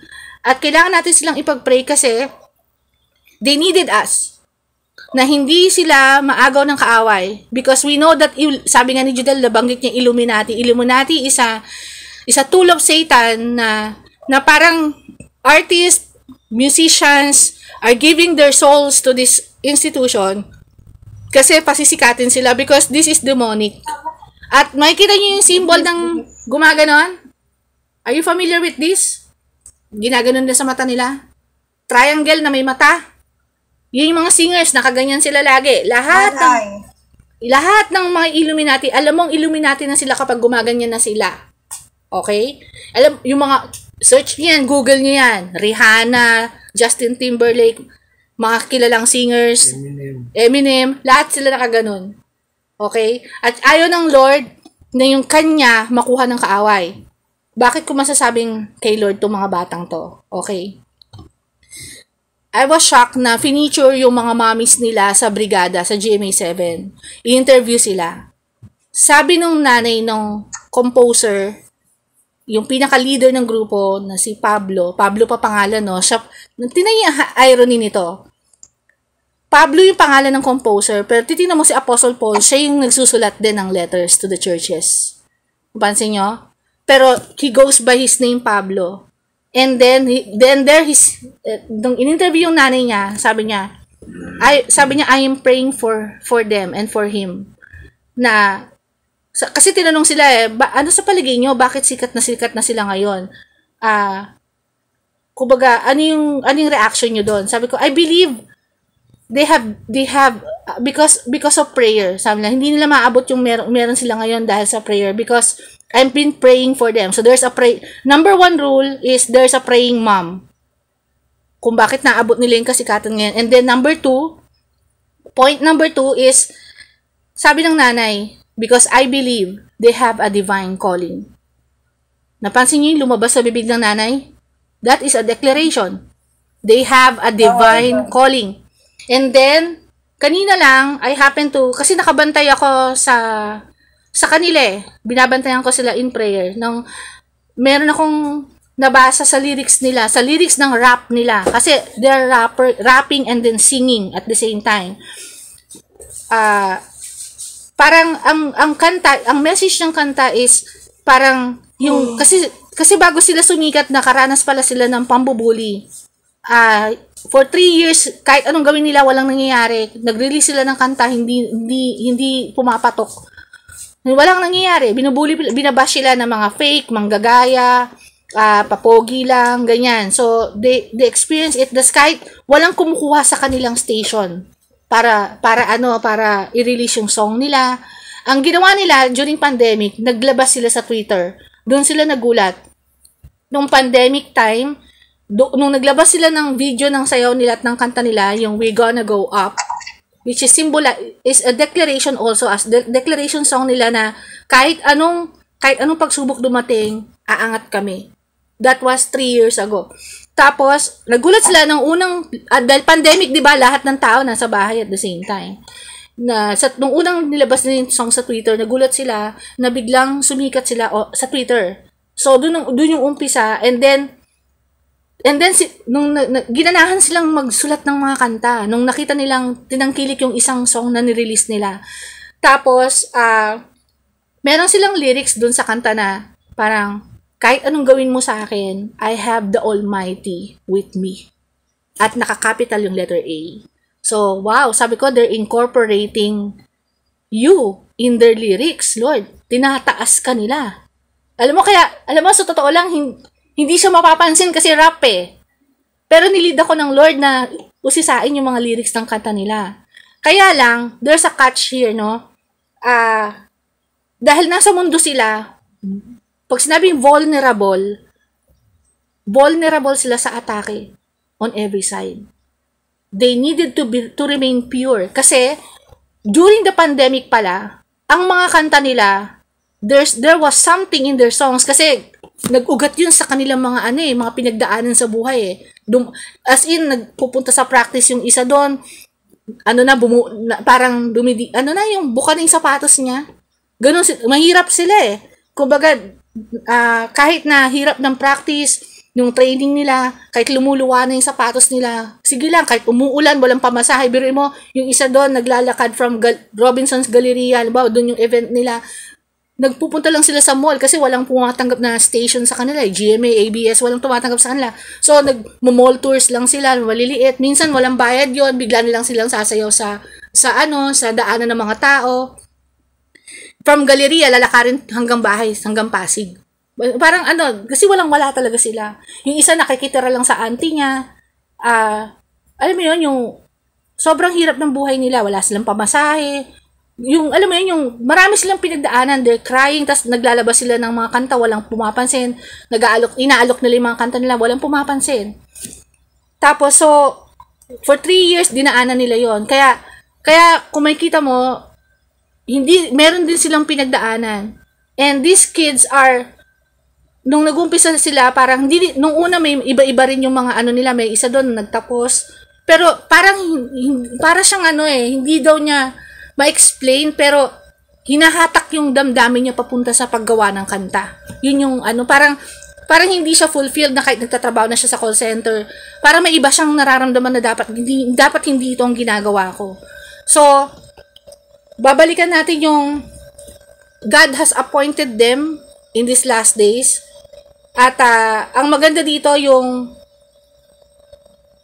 nagulat ako kasi noong 2021 ito pa, bago sabihin to, dahil din sa kanila, sa kasikatan nila ngayon, nahalungkat na ngayon yung kultura ng Pilipino. As in, the same reactors na nagre-react sa music nila, nahalukay na yung, akala ko mga singers lang yung inaano nila na inuungkat na nila sila Gary, Regine Velasquez. Nagulat ako na pati culture natin, ultimo pati graduation, pati wedding, pati yung lahat. Ibig sabihin, lahat ang inuungkat na nila anong meron sa Philippines. So, nakikilala tayo ano yung mga kinakain natin, from the food, to clothing, to marriages, to pati elementary school, pati high school, pati college. Inaalam nila na sa Pilipinas pala magandang mag-aral. Alam mo yung parang they're attracting the world to focus on the Philippines. So, magdadala yan ng magandang turismo. There are also vloggers na gusto nilang pumunta ng Pilipinas at dito na lang tumira. Mga American black sila. Kasi parang sobrang nagandahan sila sa culture ng Pilipinas. Yung akala nga ng iba doon, Muslim country tayo eh. At ngayon, yan, running low na yung battery. Sorry. So, excuse lang ha. Nandito pa ba ako? Narinig niyo ako? Hello? Yes po, ate. Ayun, kasi nag-run ng out ng battery. So, ibig sabihin, the whole world, this is so, importante to, dahil malaki yung mapapasok nito sa tourism ng bansa natin eh. Kasi tandaan nyo, balik tayo sa propesya ng Pilipinas. Sabi, di ba, we will become the basket of Asia, food basket of Asia. And then, we will be a missionary sending nation. So, tinitan mo, ano yung mga events na magdadala sa atin papunta doon? Samantalang may krisis tayo, mataas ang bilihin, alam mo yun, may mga nakakaranas sa inflation, mahirap maghanap ng trabaho, marami nag-iimang bansa. So alam mo yun, tinitan mo, halos opposite ng nangyayari sa Philippines. But, God will usher wealth. Ito yung sinasabi ng Lord na, even the nations will give you wealth. Alam mo yun? Because God's glory is resting in the Philippines. So, i-highlight niya buong mundo nakasentro ngayon sa Pilipinas so that the riches of the world will come to our nation. Because ang balik naman sa kanila, yung richness ng culture natin na ine-embrace na nila. At nakakatuwa, even though they don't understand the lyrics, they're singing in Tagalog. Imagine mga Amerikano, kahit nila naintindihan yung lyrics, kinakanta nila. So nakita mo yung impact ng music? Impact ng music sa buhay nila, sabi nila, ito pa yung pinakamatindi, sorry kasi nagja-jump ako dahil sobrang excited ako eh. During the pandemic, marami pala ang na-delivered from panic attack, depression, anxiety. Marami doon magsisuicide na lang. Yung mga mommies na hirap sa buhay, na nagte-testify sila bakit sila fan ng SB19, mga mommies na to at saka may mga lola, kasi nakita nila yung positive effect sa mga apo nila. Na from mahilig sa mga Korea na puro mga, alam mo yun, may homosexuality doon kasi marami. Then, nalipat sa SB19. And then, maraming K-pop fans na nag-convert to SB19. Ang tawag na kasi sa atin is Philippine Pop. So, nabuo yung Philippine Pop. P-pop na tayo, not K-pop. So maraming nag-shift and then naging positive yung iba doon. Parang hirap na sila sa studies nila. Ang dami nagte-testify na dahil sa kanila, ganito, I was saved. At yung pinakamatindi kanina narinig kong testimony is yung isang nanay na sabi niya she was lost. And when she listened to their songs, nagbalik loob siya kay Lord. Wow, sabi ko, wow, ganun yung impact, Lord. Sabi ko, secular yung kinakanta nila eh. So sabi ng Lord sa akin, God is using the unnatural, unconventional way to bring back people to Him through this group. Kaya sabi ng Lord, kailangan maingatan sila, may intercessor sa kanila. Although yung nanay, nagpe-pray na. Mga nanay nila, nagpe-pray na. Kailangan pa nila ng mas matindihang intercessor kasi matindi. Kinakalaban na nila yung mga prinsipe ng demon sa buong mundo. The music demon of the world is facing Philippines right now. We're dealing with demonic forces globally. Kasi dahil there's something in the tone, yung tunog, yung instruments na ginamit nila, and then these men, actually kasama sila sa youth pa rin kasi hanggang 30 years old ang youth, 'di ba? Youth sila. At nasapawan nila sa Billboard chart sa Amerika yung mga kanta ng mga usual singers sa Amerika. At hinihintay na lang, kasi nagko-concert sila sa Amerika ngayon tsaka sa Canada eh. So, hinihintay na lang nila na marinig sa bawat radyo yung mga kanta. Nasa in process na yun eh, na marinig in American radio yung mga kanta nila. Kasi sa YouTube pa lang siya naririnig. And then, the whole world right now, dahil nag-concert sila sa Amerika at sa Canada, hinihiling nila sa bawat bansa na pumunta ang grupo na to. And they are in attack right now. Kasi yung isa dun sa member nila na mamaos na. So, alam mo yon, nahihirapan ng kumanta. And napapagod na sila kasi world tour to eh. So, Lord, sabi ko, they needed intercessors, they needed strength to ikalat yung they are bringing the gospel in na hindi natural na paraan. Katulad ng hindi natural na paraan ni Lord na hindi katanggap-tanggap sa Pariseo, yung paraan ng pagpapagaling ng Lord na kumuha ng lupa, dinuraan niya at nilagay niya sa mata ng bulag para makakita. Hindi katanggap-tanggap sa Pariseo yun. At saka yung nag-heal ng Saturday na Sabat. So maraming bagay na ginawa si Lord na hindi tanggap ng simbahan. Now, ito ang shocking revelation sa akin kanina, na ang SB19 ay papunta na sa gospel route dahil sa kanta nilang Niebe.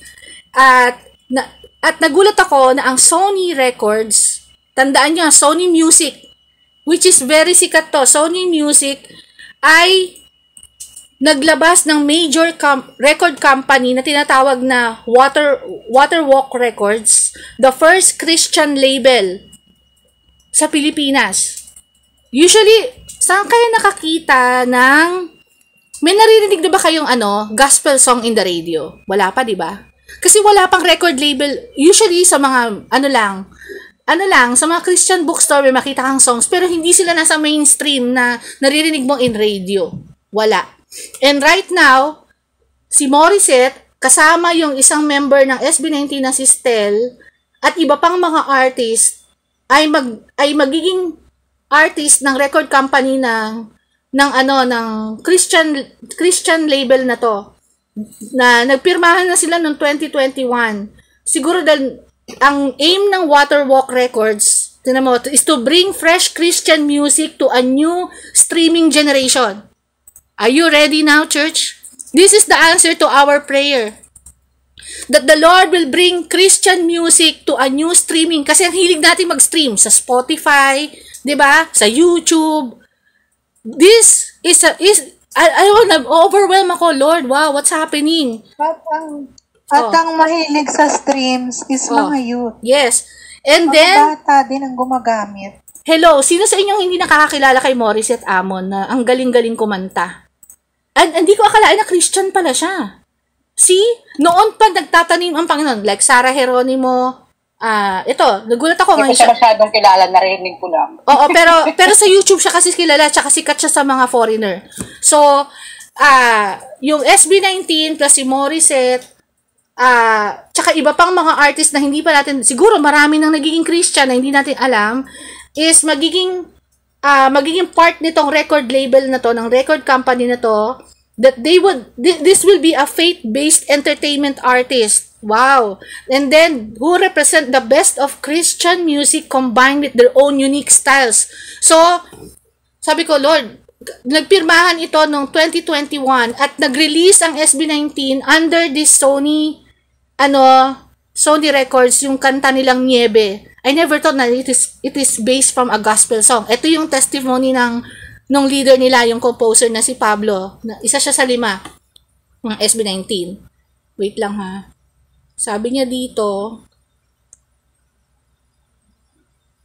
kasi ini-screenshot ko lang eh. Wait lang. Wait, biblically pala, ito yung verse na binigay sa akin ng Lord. Sa Psalm, sabi dito, my tongue will sing aloud of your righteousness, Psalm 51 verse 14. I will sing of your strength, Psalm 59 verse 16. I will sing aloud of your steadfast love, Psalm 59 verse 16. They shall sing of the ways of the Lord, Psalm 138 verse 5. My tongue will sing of your word, Psalm 119 verse 172. So, nakikita mo, our nation has been a singing country. Kasi sa atin nagmumula yung mga, parang walang bahay yata na hindi nakaranas ng karaoke. Wala kang karaoke sa bahay pero pwede kang pumunta sa karaokehan. Alam mo yung parang bata pa lang sa elementary school, nakaranas tayo ng mga kanta sa school. So, lahat tayo may singing, parang every Filipino has a music ability. Hindi man ganun kagaling pero we have the ability to sing. Kaya nga, iba yung crowd ng worship sa atin, kaya gustong-gusto tayong puntahan din ng mga foreign preachers or evangelists. Iba daw talaga pag nag-worship ang Pilipinas. Even Sadu, nasabi nila yan eh. So, balik tayo dito. Hinahanap ko lang yung sinabi ng leader na si Pablo nung ginawa niya yung song. Wait lang ha. Ito, sabi niya, sabi ni Pablo, yung singer ng SB19, sabi niya, the song Niebe was inspired because through the vibe of gospel songs. Gospel music is something na very special to me, sabi ni Pablo, and something that calms me. Pampatulog ko talaga ang gospel songs. It makes me calm. At the same time, it's something na binubuksan yung puso ko pag pinakikinggan ko. Tapos, ito yung sabi niya sa Twitter, very vulnerable ako, in a way, gusto ko pong maghatid ng isang kanta na talagang kung ano yung nararamdaman ko, nararamdamin din ng mga tao sa paligid ko.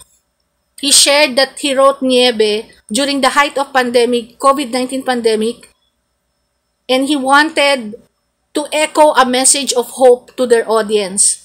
Every time we release, we try to produce a different, and Niebe, wait lang, Niebe, kumuha siya ng inspiration sa gospel music, which is very calming and hopeful pakinggan. Kasi nga marami nakakaranas during pandemic, di ba? Nasulat ko siya 2 years ago. We are at the height of the pandemic pa, at nasulat ko siya bago magpasko, he said. So, wala tayong kamalimanay that is already happening, and their songs are bringing healing to those who have been affected by COVID-19. Sa mga na-stress, sa mga nagka-depression, sa mga nagka-panic attack. Marami, kaya dumami yung fanbase nila eh. Kasi ang dami sa kanilang, hey, I like your song. It freed me from anxiety. Hey, I like your song. Maraming nagaganon sa kanila, no? So, aside from that, ito nga, nag-sign sila noong 2021 ng first ever Christian label. At sabi ng singer na si Morissette, sabi niya, the singer dubbed as Asia's Phoenix has been in the industry for 10 years. So, 10 years na to si Morissette, pero ngayon lang sila nagiging bold na sabing Christian sila, no? I mean, they're in the dark, and right now, because sa mga, di ba si Morissette, alam natin na nahiwalay siya sa asawa eh. So, totoong mag-arise and shine. Yes. Galing sila sa mga pagsubok eh. Nahiwalay siya sa asawa niya eh. Kasi ang asawa niya, sad to say, Christian, umiyak-iyak pa sa altar, yung asawa niya ng babae. So, iniwan siya. And then, but it was only a couple of years ago that she decided to accept Jesus that I decided to accept Jesus in my heart. She shared during the virtual launch of the record label. During those times, things got super tricky in my life. It was very personal. It was literally around those times kaya I always tell people na hindi porket you accept Jesus Christ in your heart, things are gonna get easier.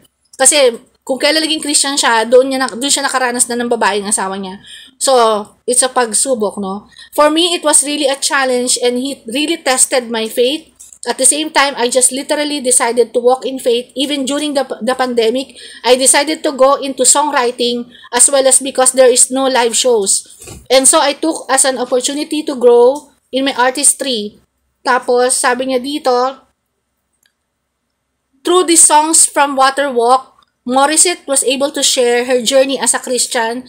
I feel like a lot of people just need to hear and be reminded of all His grace and the miracles He has made, especially during the pandemic. We're actually blessed because we still get to hold events like this and we still connect with people.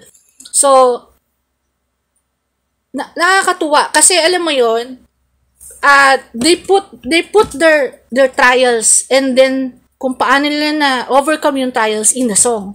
Kaya feel ng mga tao yung mga kanta nila. Nakaka-relate yung mga tao, kaya naiiyak yung mga foreigner kasi actually hirap na hirap nga sila eh. Meron pang nagreklamong foreigner habang pinapanood yung video ng SB19. I needed some translation from this. Sabi niya, can you give me translations of this? Tapos nung binigay sa kanya yung translation, maiyak-iyak siya. Sabi niya, wow, this is so beautiful. This is so motivational. Sabi niya, we needed this kind of music in America. Wow, ganun ang dating ah. So, nakikita mo, when God uses someone, it's so overwhelming. Kasi, hindi natin pwede i-contain ang Diyos na, ito lang yung paraan ng Lord. May mga paraan ng Lord na hindi natin mapaliwanag. Pero kaya natin ipaliwanag ngayon because God is revealing to us what our mission is. So, we have this group, SB19. Ano yan, Judel? Laging bago ang God. Yes. We have to pray for them. At mag-share ako ng updates sa kanila sa inyo. Kung ano yung mga kailangan natin pag-pray. Number 1 dito is, isasama natin talaga sila sa prayer as if our own. Kasi sabi ng Lord, they are my jewels. They're so special with God right now eh. Hindi ko ma-explain yung mata ng Lord sa kanila ngayon. Talagang nakaay ang Panginoon sa kanila, sa mga youth na to, na hindi natin pwede pabayaan dahil meron pa rin sila ng part ng mundo na kailangan nilang makawala. Although nagpapagamit na sila, pero hindi pa nila alam yung kabuuan ng Christianity. Nag-uumpis sila sa journey na to, hindi pa sila ganun kalalim. But they have the faith.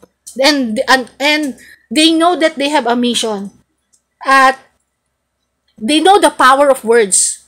Kasi marami silang mga dinideclare. Narinig ko sa concert nila nung pandemic na online yung kanilang concert sa Araneta. Tapos narinig ko yung leader nila na, sa susunod, na tayo? World tour na. Yes, we claim it. Ginagano nila. So, they know the power of claiming their destiny. At they understood that there's power in words. That's why, alam nilang maaantig yung puso ng makakakinig ng kanta nila. So, siguro curious na kayo sa kanila, no? Pero there was a specific song na nakatulong sa akin. And I'm boldly saying it na talagang nakatulong sa akin kasi I was so, alam ko yon, hindi ko na lang namalayan na lumipas na yung death anniversary ni nanay. So, during that time kasi, last year, ang nangyayari sa akin is hindi ko makontain yung emotion. Talagang, umiyak lang ako talaga. Kasi, memories are flooding me. Parang it's all coming back to me. Parang, I cannot help but cry. Kasi, kasi vivid yung imagination ko as an artist eh. Mali kung paano ako makakita ng vision. Parang ganun siya sa akin, in a vision, na masyadong traumatic talaga yung makita siya ng ganun. Anyway, hindi ko na namalayan eh. Yung kanta nila na Mama or Mama in short, yung and then Papa in short, is a tribute for parents. Kung tutuusin, dapat ma-associate ko nga sila nila, pero hindi. I'm so amazed na parang I felt some calm. Kung tutuusin, isip ko, di ba dapat Lord worship song yung magpapakalma sa akin? Bakit yung pangkanta na yon? Because of the message, yung lalim. Yung lalim ng message ng appreciation sa parents, yung paghihirap nila, yun yung message ng song eh. And then, I was amazed, no? Kasi yung isang YouTuber na Amerikano, black siya, sabi niya, thank you for giving this song to us because it reminds us of how we should value our parents. Tandaan nyo, ang culture ng Amerika, hindi nila ganun pinapahalagahan ng mga parents nila. Hindi sila ganun, wala silang attachment. Pag 18 nila, lalabas na sila ng bahay. Naging independent na sila. And hindi sila yung tipo ng parang bibisita. Palagi sa magulang. Alam mo yung parang they're so independent na parang they live their own life. At ang kanilang mga magulang, take note, pag tumanda na yan, automatic yan dadalhin nila sa home for the aged. Marami dun sa kanila yun. Uso sa kanila yun. Naiiwanan nila ang magulang nila sa care ng iba, sa care ng government. And that's the sad part. Hindi nila culture yung kultura natin na kahit pagtanda ng magulang natin kasama pa natin sa bahay. So those Americans were learning our culture to treasure the parents, pahalagahan yung mga elderly. Nakikita nyo, ang nakikita ko dito, this youth is bringing morality back on track. Bringing the morality of the people. Bringing hope to the people. Pero the Lord is behind the scene. Tingnan nyo, that's why gusto ng Lord maingatan tong grupo na to. Kasi, yes, I know, kailangan maingatan. And then, may sinabi sa akin din si Lord na, ito, kasi minsan may mga bagay na hindi ko siya ma-express, so minsan ginugoogle ko siya, doon ko nakukuha yung punto na gusto ng Lord sa akin, pero it doesn't mean na yung ano ko ha. Ibig sabihin, I research. Sabi, anong nagagawa ng music? Bakit music? Balik muna tayo sa scriptural, biblical muna tayo. Remember, King David. Para din silang mga modern King David this group. Kasi, tandaan nyo, yung power ng songs, ng psalms, it para siyang musical therapy kay King Saul. Na every time na nagpapatugtog si David, ano nga lang yun, melody nga lang Hindi pa yun, wala pang, yung may mga times na hindi mo na-mention sa Bible na basta pinlay lang ni David yung harp niya. Pag sinabing play, wala siyang kinanta. Pero pag sinabing David sang and played the harp, so may kanta. Pero most of the time, David, he was not a king yet, he was just playing a melody from his harp. At dahil doon, umaalis yung demon na nagtotorment kay King Saul. Sabi ng Lord, inanintulad ko itong grupo na to, just like David. He was not yet king by that time. So, sa 1 Samuel 16 verse 14 to 23, bisitahin yung story ni David doon, na the problem of evil is sa buhay ni King Saul. Actually, hindi lang siya basta tinutorment si King Saul May ginagawa sa kanya physically. Parang nadidrain siya. Parang lahat ng lakas niya nawawala na parang hindi na siya makagalaw. Parang nakaganon na lang palagi si King Saul. So, the moment na pinatugtog niya yung kanyang, yung harp ba yun, lumalabas yung demon sa katawan niya. So, kung interpret natin yung pangyayari na yon, the music is therapy. It brings healing. It brings recovery. Especially to a person who is suffering mentally. Dalawa yung ginawa ng music kay King Saul The music that is emanating from him, na lumalabas kay David ay, una, nagkaroon ng spiritual deliverance. Kasi it's a mental health yung torment sa kanya. And then, nagbe-benefit yung kanyang spiritual. Pangalawa, meron siyang physical deliverance. Pagkatapos siyang i-heal mentally, lumalakas bumabalik sa sigla si King Saul. So, there's something that's happening in the physical and spiritual realm every time piniplay music. Ganun ka-powerful ang music. See, dito sa buhay ni David, dinemonstrate ng Lord yung power ng music. Tingnan na lang yung Book of Psalms 'Di ba? Tingnan niyo yung mga songs niya doon, yung mga psalm niya doon. Doon lumabas din yung prophetic gift ni David. Doon na lumabas yung Psalm 91. That we who dwell in the secret place of the Most High, pati yung pagkakapako ng Lord sa krus, doon lahat lumalabas sa music, sa Psalms. So, kung titingnan natin, na-express ng tao yung kanyang damdamin sa music, at ang music ay isang parte ng Panginoon na inilagay niya sa tao. Because the Lord, unang-una, He wanted our worship. He wanted us to sing to Him. Okay? And then, ang makikita natin dito is, may application ang music sa ating pagkatao. Mayroong nagagawa ang music sa kabuuan ng isang pagkatao, physically and spiritually. Ito na lang sample kung paano nakaka-apekto ang music sa buhay ng isang tao. Okay, sino nakaranas ng ganito?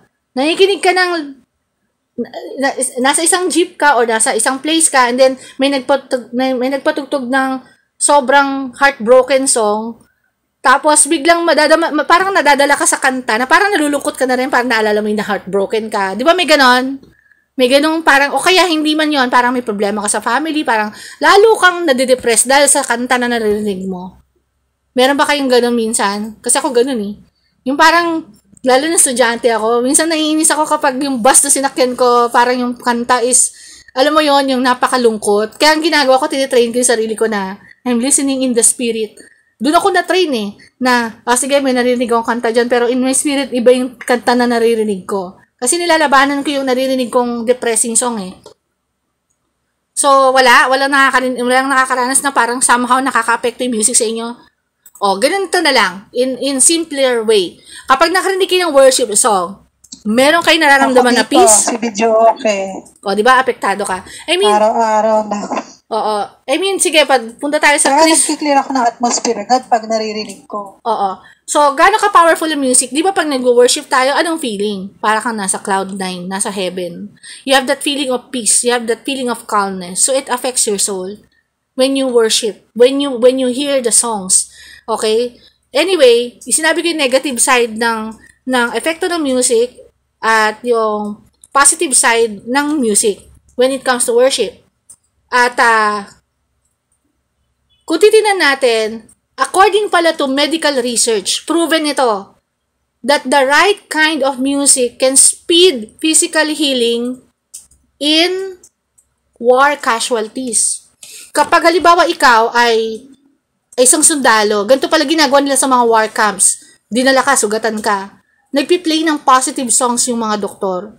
Kasi, nakakapag-speed up pala ng healing. According to studies to, proven na to So, music brings healing talaga. Okay? Kaya pala minsan parang, nako-comfort ka At the same time, kapag nako-comfort ka, kumakalma yung katawan mo, nawawala yung acid sa katawan mo. Kumbaga parang, it calms you. It brings you back to your senses. Na, halimbawa, naguguluhan ka na, parang, it brings you back sa katinuan. Parang ganon. So, yan according to studies sa medical research yan. At sa mga, si King Saul pala, during that time, na tinotorment siya, meron siyang difficulty in breathing, kasama pala yun. So, every time na nag-worship hindi lang kasi basta nagpi-play din si David ng song or ng music nag-worship siya sa Lord. Kasabay niyang worship yon sa Panginoon. So, David's music was so powerful enough to bring, ang problema kasi, temporary lang yung nararamdaman niyang healing. And then, babalik na naman ulit, natutorment na naman, and then tatawagin na naman niya ulit si David. Kasi, hindi pa established yung relationship ni Saul kay Lord. Kaya bumabalik-balik sa kanya yung torment dahil una, may butas kasi kay King Saul na naiinggit siya kay King David. Kasi kung naalala nyo na ginagamit si David as a war soldier, siya yung parang pinaka-general na kapag lumalaban siya, basta basahin niyo yung mga Book of Samuel, nandun lahat ng story, pag lumalaban siya, laging victory. So si King Saul, naiinggit siya kay David dahil may kanta yung tao na ganito, habang yung mga tao, merong parang victory chant na, ito yung victory chant. Wait lang Nasaan na yun? Hindi ko na save. Pero yung may kanta kasi na parang King Saul has slain halimbawa 1,000, pero si David has slain tens of thousands. Parang pinapakita dun sa song, kasi yung mga tao, pag bumabalik si David from war, nagvi-victory chant sila. May sinasabi sila, sumisigaw sila kay David na ng victory song nila na si David nakaslain ng mas marami kaysa kay King Saul. So, it brings depressing sa kanya. It brings torment kay jealousy kay King Saul. Kaya kinakailangan niya kasi hindi niya kinakaya so may kasama palang difficulty breathing. Yung epekto sa kanya ng iba talaga, no? Minsan may mga hindi ko sinasabing lahat, pero may mga sakit that it is due to emotional damage. Minsan may mga sakit na wait lang, na galing mismo sa hatred, diba? May bitterness ka, doon maglalabasan yung mga sakit-sakit sa katawan. Marami ng mga pinag-pray na minsan kailangan lang nila magpatawad para gumaling sila sa certain illness nila. Pero I think kapag ang sakit ay rayuma, kailangan mag-check ka kasi ang root ng rayuma ay bitterness.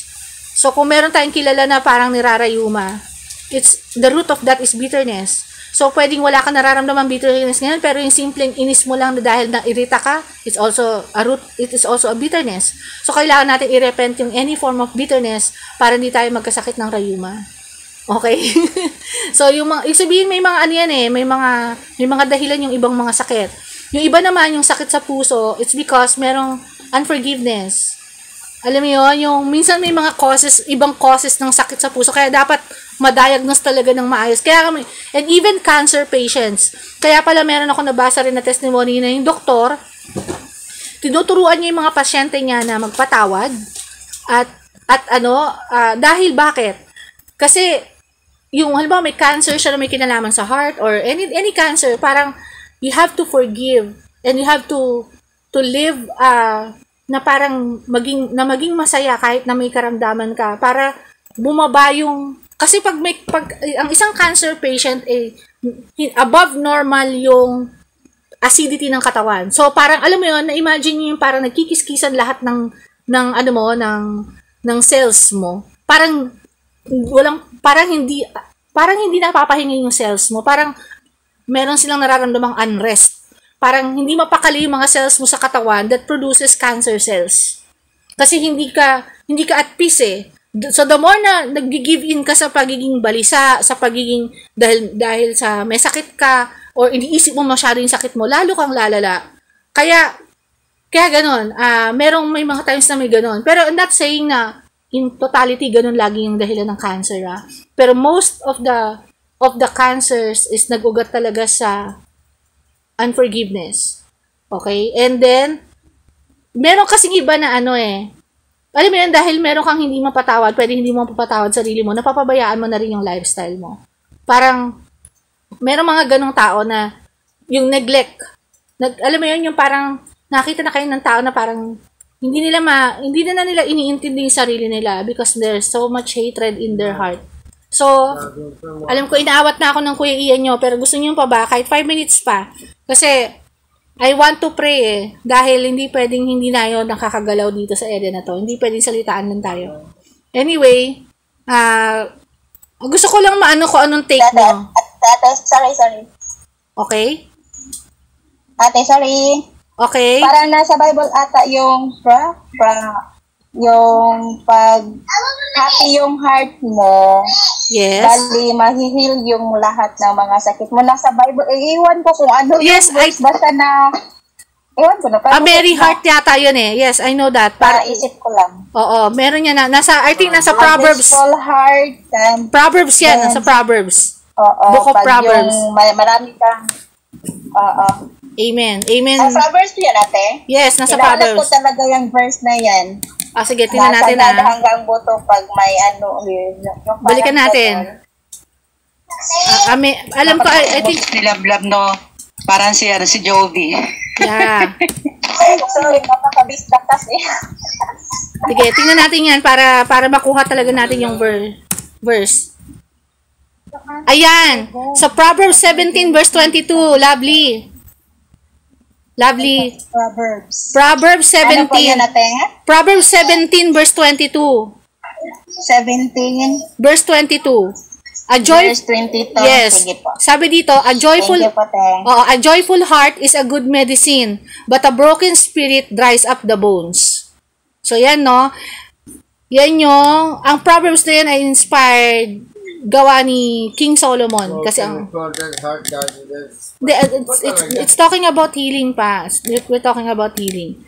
Anyway, so, ngayon, dahil nakita nyo na to, yung need natin to pray, hindi pwedeng tatanggalin natin sila kasi ito yon.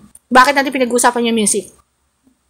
Yung mga kanta nila, I'm not saying na na parang kasi talagang binigay na talaga sa akin ng Lord yung assignment natin. Kasi tanong ako ng tanong Lord, anong gusto mong pagawa sa amin?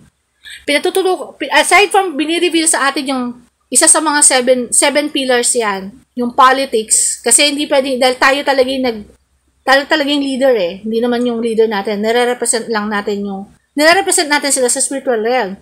So, tayo talagang in control dito sa mga batas, tayo nagde-declare eh. So, whatever God wants to our country, dadaan sa mga bibig natin. At yun ang magiging batas ng ating bansa. So, binigay sa atin yung politics, then binibigay sa atin ngayon yung media and entertainment.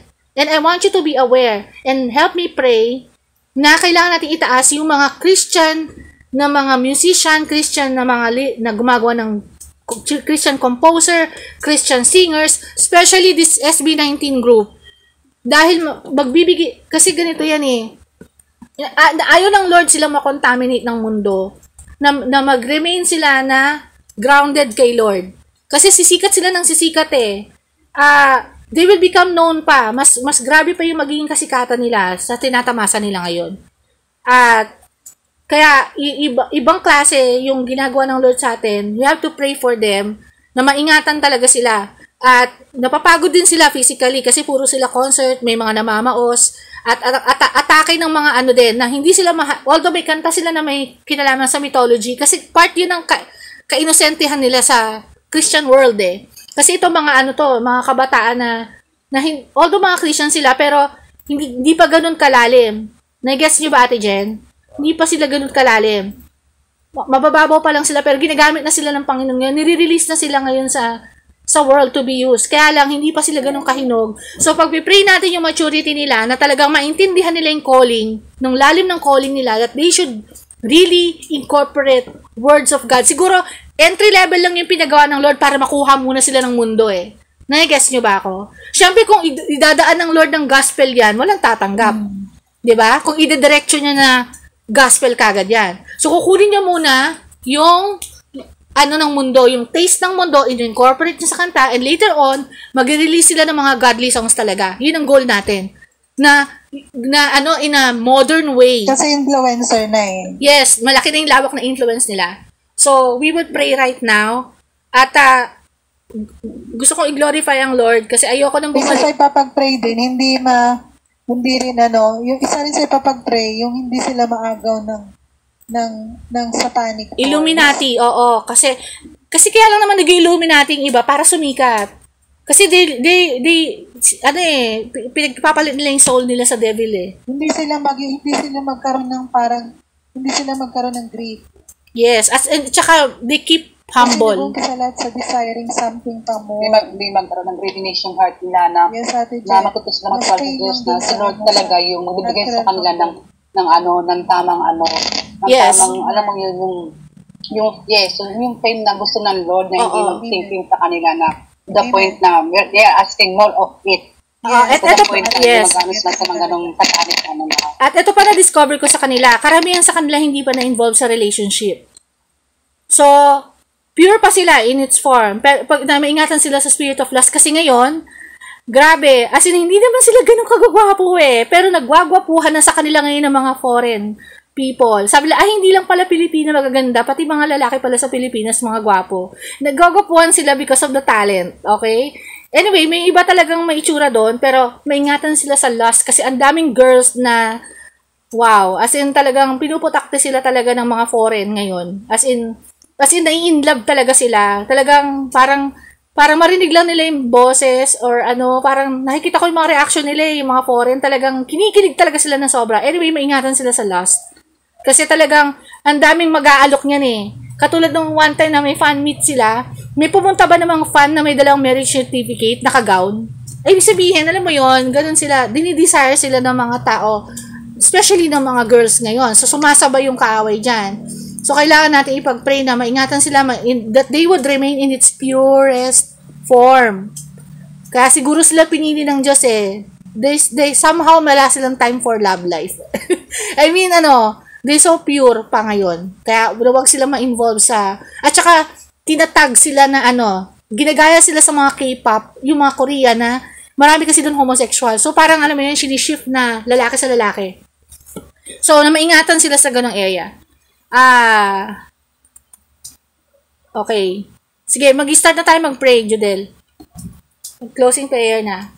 Kung gusto magdagdag sa akin, dagdagan nyo na lang ako. Okay? Pero mag-start muna ako. And dito tayo magiging selfless. We don't know them personally. Ano na? Sige. May pahabol pa ako. Sige. Kasama sa ipapag-pray natin, yung pre-promote kasi dapat nakaban ng Barbie movie dito sa Pilipinas. Oo. Pinayagan pa rin ng MTRCB. Kasi may issue sila sa 9-9. Alam niyo ba yun? Oo, alam ko yun. Talagang sinadya yung movie. Ganito na lang, Judel. Idagdag mo siya sa prayer mo pag ikaw na yung mag-pray. Okay, sige. Oo. Idagdag mo na lang siya. Sige, let's lift up our hands to the Lord right now. Heavenly Father, we are right now, una sa lahat, giving you glory, Father God, because the task or assignment you've given us is so overwhelming na hindi kami makapaniwala, pero we have to believe, Lord God, that they are the answer to our prayers to usher forth yung pagbabalik mo, Panginoon, ng revival sa Pilipinas, Lord God, upang mas maraming makakilala sa iyo, mas maraming ma-deliverance, the songs of deliverance that they're giving to our country, Lord God. Lord, we thank you, Father God, for the message that you've given us right now, na talagang kailangan namin umaksyon, Panginoon, na kailangan namin magtrabaho sa ubasan.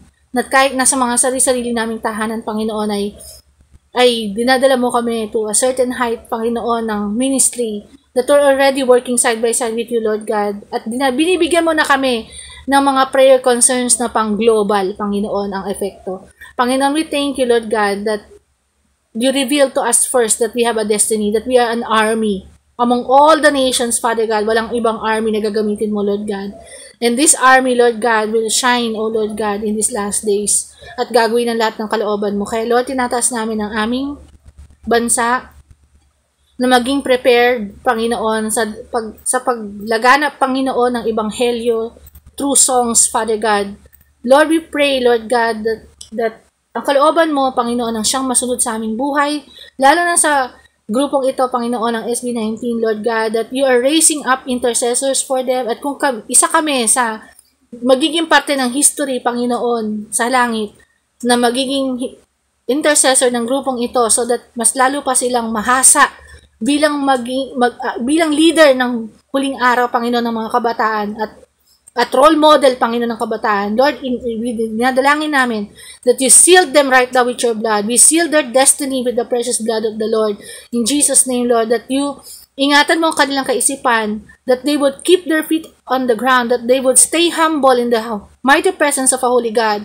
Thank you, Lord, na in-incorporate kanila sa kanilang mga lyrics, Panginoon, nag-uunti-unti sila especially the Almighty God, the Almighty is with me, which is a very strong sentence, Panginoon, in their life. Thank you, Lord, that they acknowledge you as the Almighty in their lives, Lord God. Lord, I pray na maitatak sa puso nila at lalo pa silang mabuksan, Panginoon, sa mas malalim na pagkakilala sa iyo. Dinideklara namin, Panginoon, that they would grow in maturity, in the full knowledge, walang kulang, walang labis, Lord, kundi puno ang knowledge nila in the fullness of Christ, Father God, that they may come to know the fullness of their mission, of their kung paano mo sila gagamitin in these last days, that they would really, Lord God, incorporate, Lord, yung actual na salita mo sa kanilang mga liriko, sa kanilang rap, Panginoon, sa mga kinocompose nilang mga kanta, from ballads to pop music, Father God, you would incorporate, Lord, unti-unti ang salita mo, Panginoon. Thank you, Lord, na binigay mo na yung tunog ng langit sa kanila, Lord. Ang kulang na lang, Lord, is ma-incorporate nila talaga yung salita mo, Panginoon, sa kanilang mga awitin.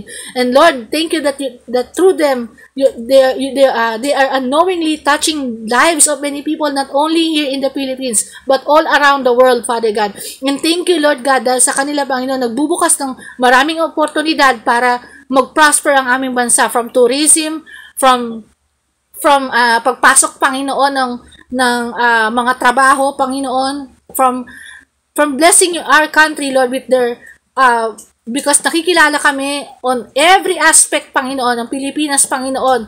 Hindi lang sa musika, pati sa industry, pati sa clothing, pati sa universities. Marami na tuloy ang gustong mag-aral sa Pilipinas.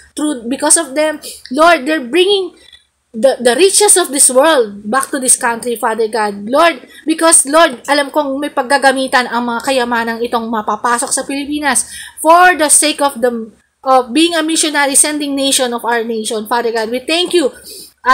Ngayon pa lang, Panginoon, binubuksan mo ang mga oportunidad.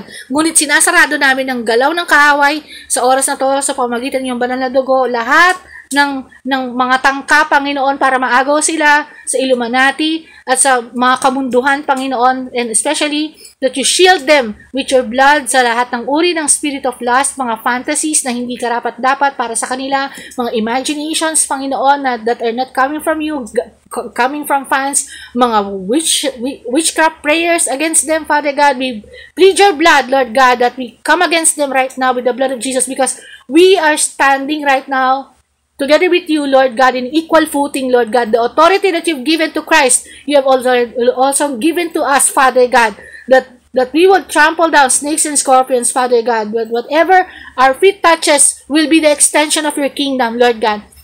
We declare, Lord God, that through their songs will not incorporate nila yung mga salita mo. At ngayon pala, Panginoon, na hipuin mo, Panginoon, pa ang mas marami pang tao, Panginoon. And I pray, Lord God, that through them, Lord God, that you will bring unity also to the church, Father God, and raise more intercessors for them, Father God, at ma-acknowledge sila, Lord God, ng Christian community sa amin, ma-acknowledge sila that they are being used in these last days. And we bless those who are bashing them right now, yung lahat ng mga nagsasabi pa rin ng negatibo. We cancel all negative words and curses that has been spoken against them, lalo na, Lord, yung dahil natitreaten ang K-pop world, maraming nagagalit na mga K-pop fans sa kanila. Lord, we declare, Lord God, na lahat ng kanilang mga dineclare na negatibo will become null and void at walang kapangyarihan by the blood of Jesus Christ. Lord, i-bless mo rin ang kanilang mga...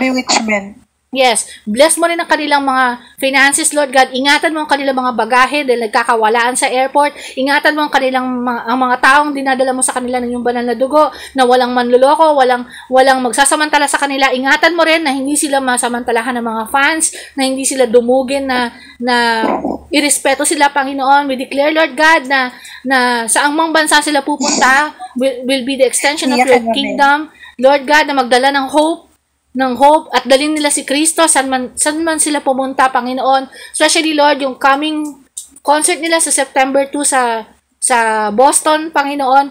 We pray that ingatan mo sila, pati kanilang mga sound equipment, mga instruments na hindi pumaliya, Panginoon, pati lalo na ang kanilang mga boses, lalo na si Justin, Panginoon, na napupuna na nila na parang dahil sa napapagod na nawawalan na ng boses. We declare na mabalik yung boses ng bata, Panginoon, in Jesus' name. We declare, Lord God, na palakasin mo ang kanilang mga immune system, Lord God, and ingatan mo ang kanilang mga iniinom at kinakain. We plead your blood, Lord, na hindi sila ma-poison or anything, Lord God, and we declare Psalm 91 upon them because they're acknowledging you as the Almighty in their lives, Father God, that they dwell in the secret place of the Most High. At balutin mo sila ng mantle of humility, ng balutin ng pagpapakumbaba, that as the glory rises, as the light shines in their lives, Lord, they would always see, Lord God, with the humble eyes, Father God, ano man yung success na nararating nila, Panginoon, that they would always be humbled, Lord God, and keep their feet on the ground. Lord, I pray na dinideklara namin na yung mga kabataan na maririnig, mga all ages na mga na from young and old, Lord God, na makakarinig din kanilang awitin locally and internationally, Lord God, will lead to Christ in the name of Jesus, Lord God, and they would allow the people, Lord God, that they acknowledge you, that they will as their Lord and Savior, Panginoon, habang tumatagal, Lord God, katulad ni Manny Pacquiao, Lord God, na talagang boldly, makikita talagang gino-glorify ang pangalan mo. We will see it in their concerts, Lord God, that they would not be ashamed and they would really openly glorify your name. Alam kong sa ngayon, hindi pa nila nagagawa, Panginoon, dahil pumapasok pa lang sila sa mundo ng media and entertainment, Panginoon. And it's not an easy thing to penetrate the world music, Father God. But Lord, we pray that at the right moment, at the right time, they would glorify your name. Lord, ingatan mo rin ang kanilang mga magulang, ang kanilang mga pamilya, ng iyong banal na dugo na hindi din masilaw sa kasikatan at hindi nila ma-impluwensyahan ang desisyon mo, Panginoon. At maingatan ang kanilang finances, Lord God. And thank you, Lord God, na kahit habang sumisikat sila, they still think of reaching out to others. Katulad ng pumutok recently yung Mount Mayon, Panginoon, they dedicated some of their earnings from concerts, Lord God, para magbigay ng relief goods.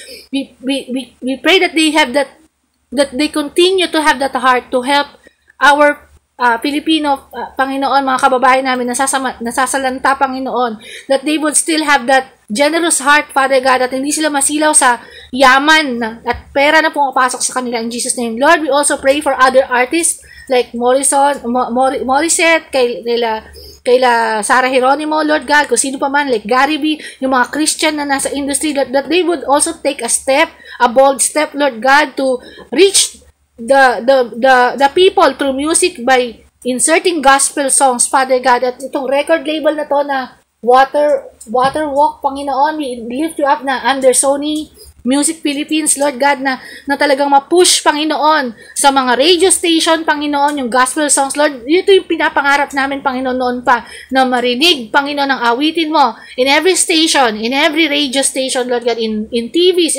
that you will bring forth revival, Lord, na babalik yung mapapalitan yung mga demonic songs, mapapalitan yun, because we believe, Lord God, that these songs, Lord, would influence our youth to do good things, Lord, to search you, to know you more.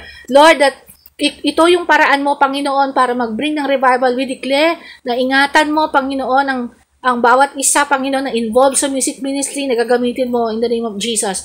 Lord, ingatan mo rin ang aming tithes and offering. Lord, yes. I pray na talagang they will also be faithful in giving back tithes to you, Father God, that sa kanilang mga kinikita, Lord God, they would glorify you in their earnings.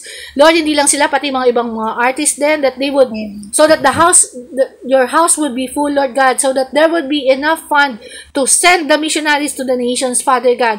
Lord, we also pray yung mga nasa ubasan na, hindi lang sila, Lord God, sa iba pang areas, Panginoon, yung mga news reporters, news anchors, lahat ng nasa media, Panginoon, tinataas din namin sila, Panginoon, na talagang they will stick to the truth, Lord God, and they would also be used in these last days. Kasi, Lord, na talagang yung totoong balita ang mabalita nila, Panginoon, walang maitatago, walang bias, Panginoon, ng pagbabalita, in Jesus' name. Lord, and I declare, Lord God, na mababalita ang mga ginagawa mo rin sa aming bansa, Lord God. And I declare na may expose din yung kasamaan sa mga corruption, Panginoon, sa mga officials, Lord God.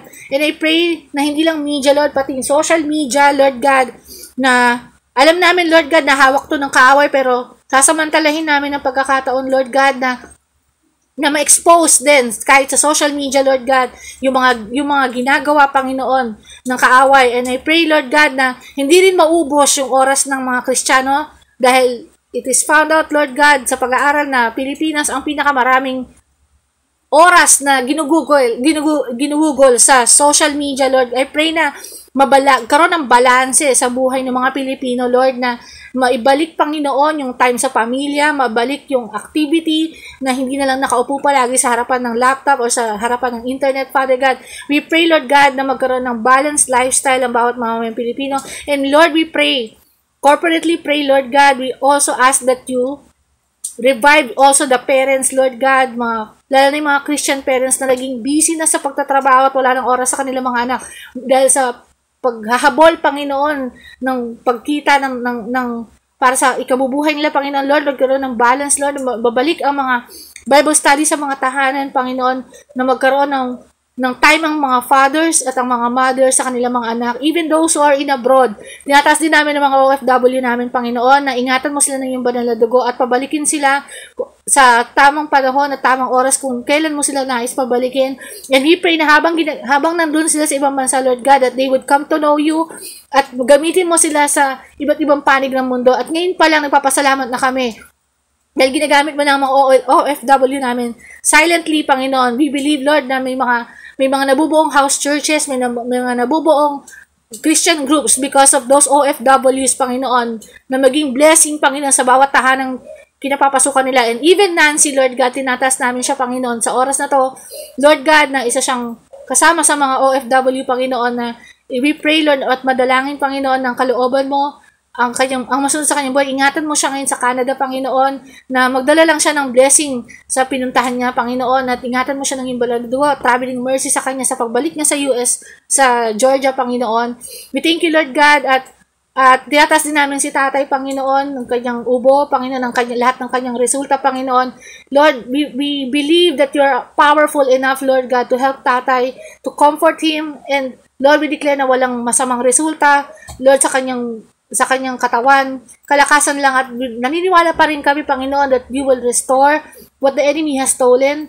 Alam ko, Lord God, na dumadaan lang talaga kami sa pagsubok dahil sa mga pinagdadaanan namin sa buhay to mold our character, Lord, pero hinihiling pa rin namin ang healing mo, Panginoon, because it is your promise that by your stripes we are healed. Lalo na si Ate Marlene, ang kalusugan niya, tinatas namin, si Ate Jen, lahat kami, Panginoon, tinatas namin ng deliverance ng asawa at pamilya ni Lovely, at ni May, Panginoon, total healing and deliverance din sa kanyang magulang, sa kanyang ina, Panginoon, at total healing din kay Judel at Nanay Delia, Panginoon, at sa akin din, Panginoon. Ngayon pala nagpapasalamat na kami sa banal mong dugo, Panginoon, na tunay, Lord, na nagpapagaling, at sa iyong pangalan, Panginoon.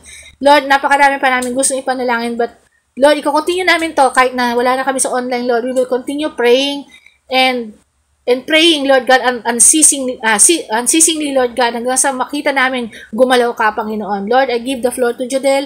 I give you all the glory, Lord. Thank you, Lord Jesus, for giving us the time. Napakalakas talaga ng presensya mo, Lord God. In Jesus' mighty name. Hallelujah. Sige, Judel. Panginoon, dinadalangin namin, Lord, na i-bless mo ang buong 1 week namin, Panginoon, ng buong kapangyarihan ng banal na Espiritu, lalong-lalo ng mga nagtatrabaho sa amin sa labas ng aming mga tahanan. Isinisilid namin sila ng blood, my Lord, that there shall be no weapon shall forge against them shall prosper.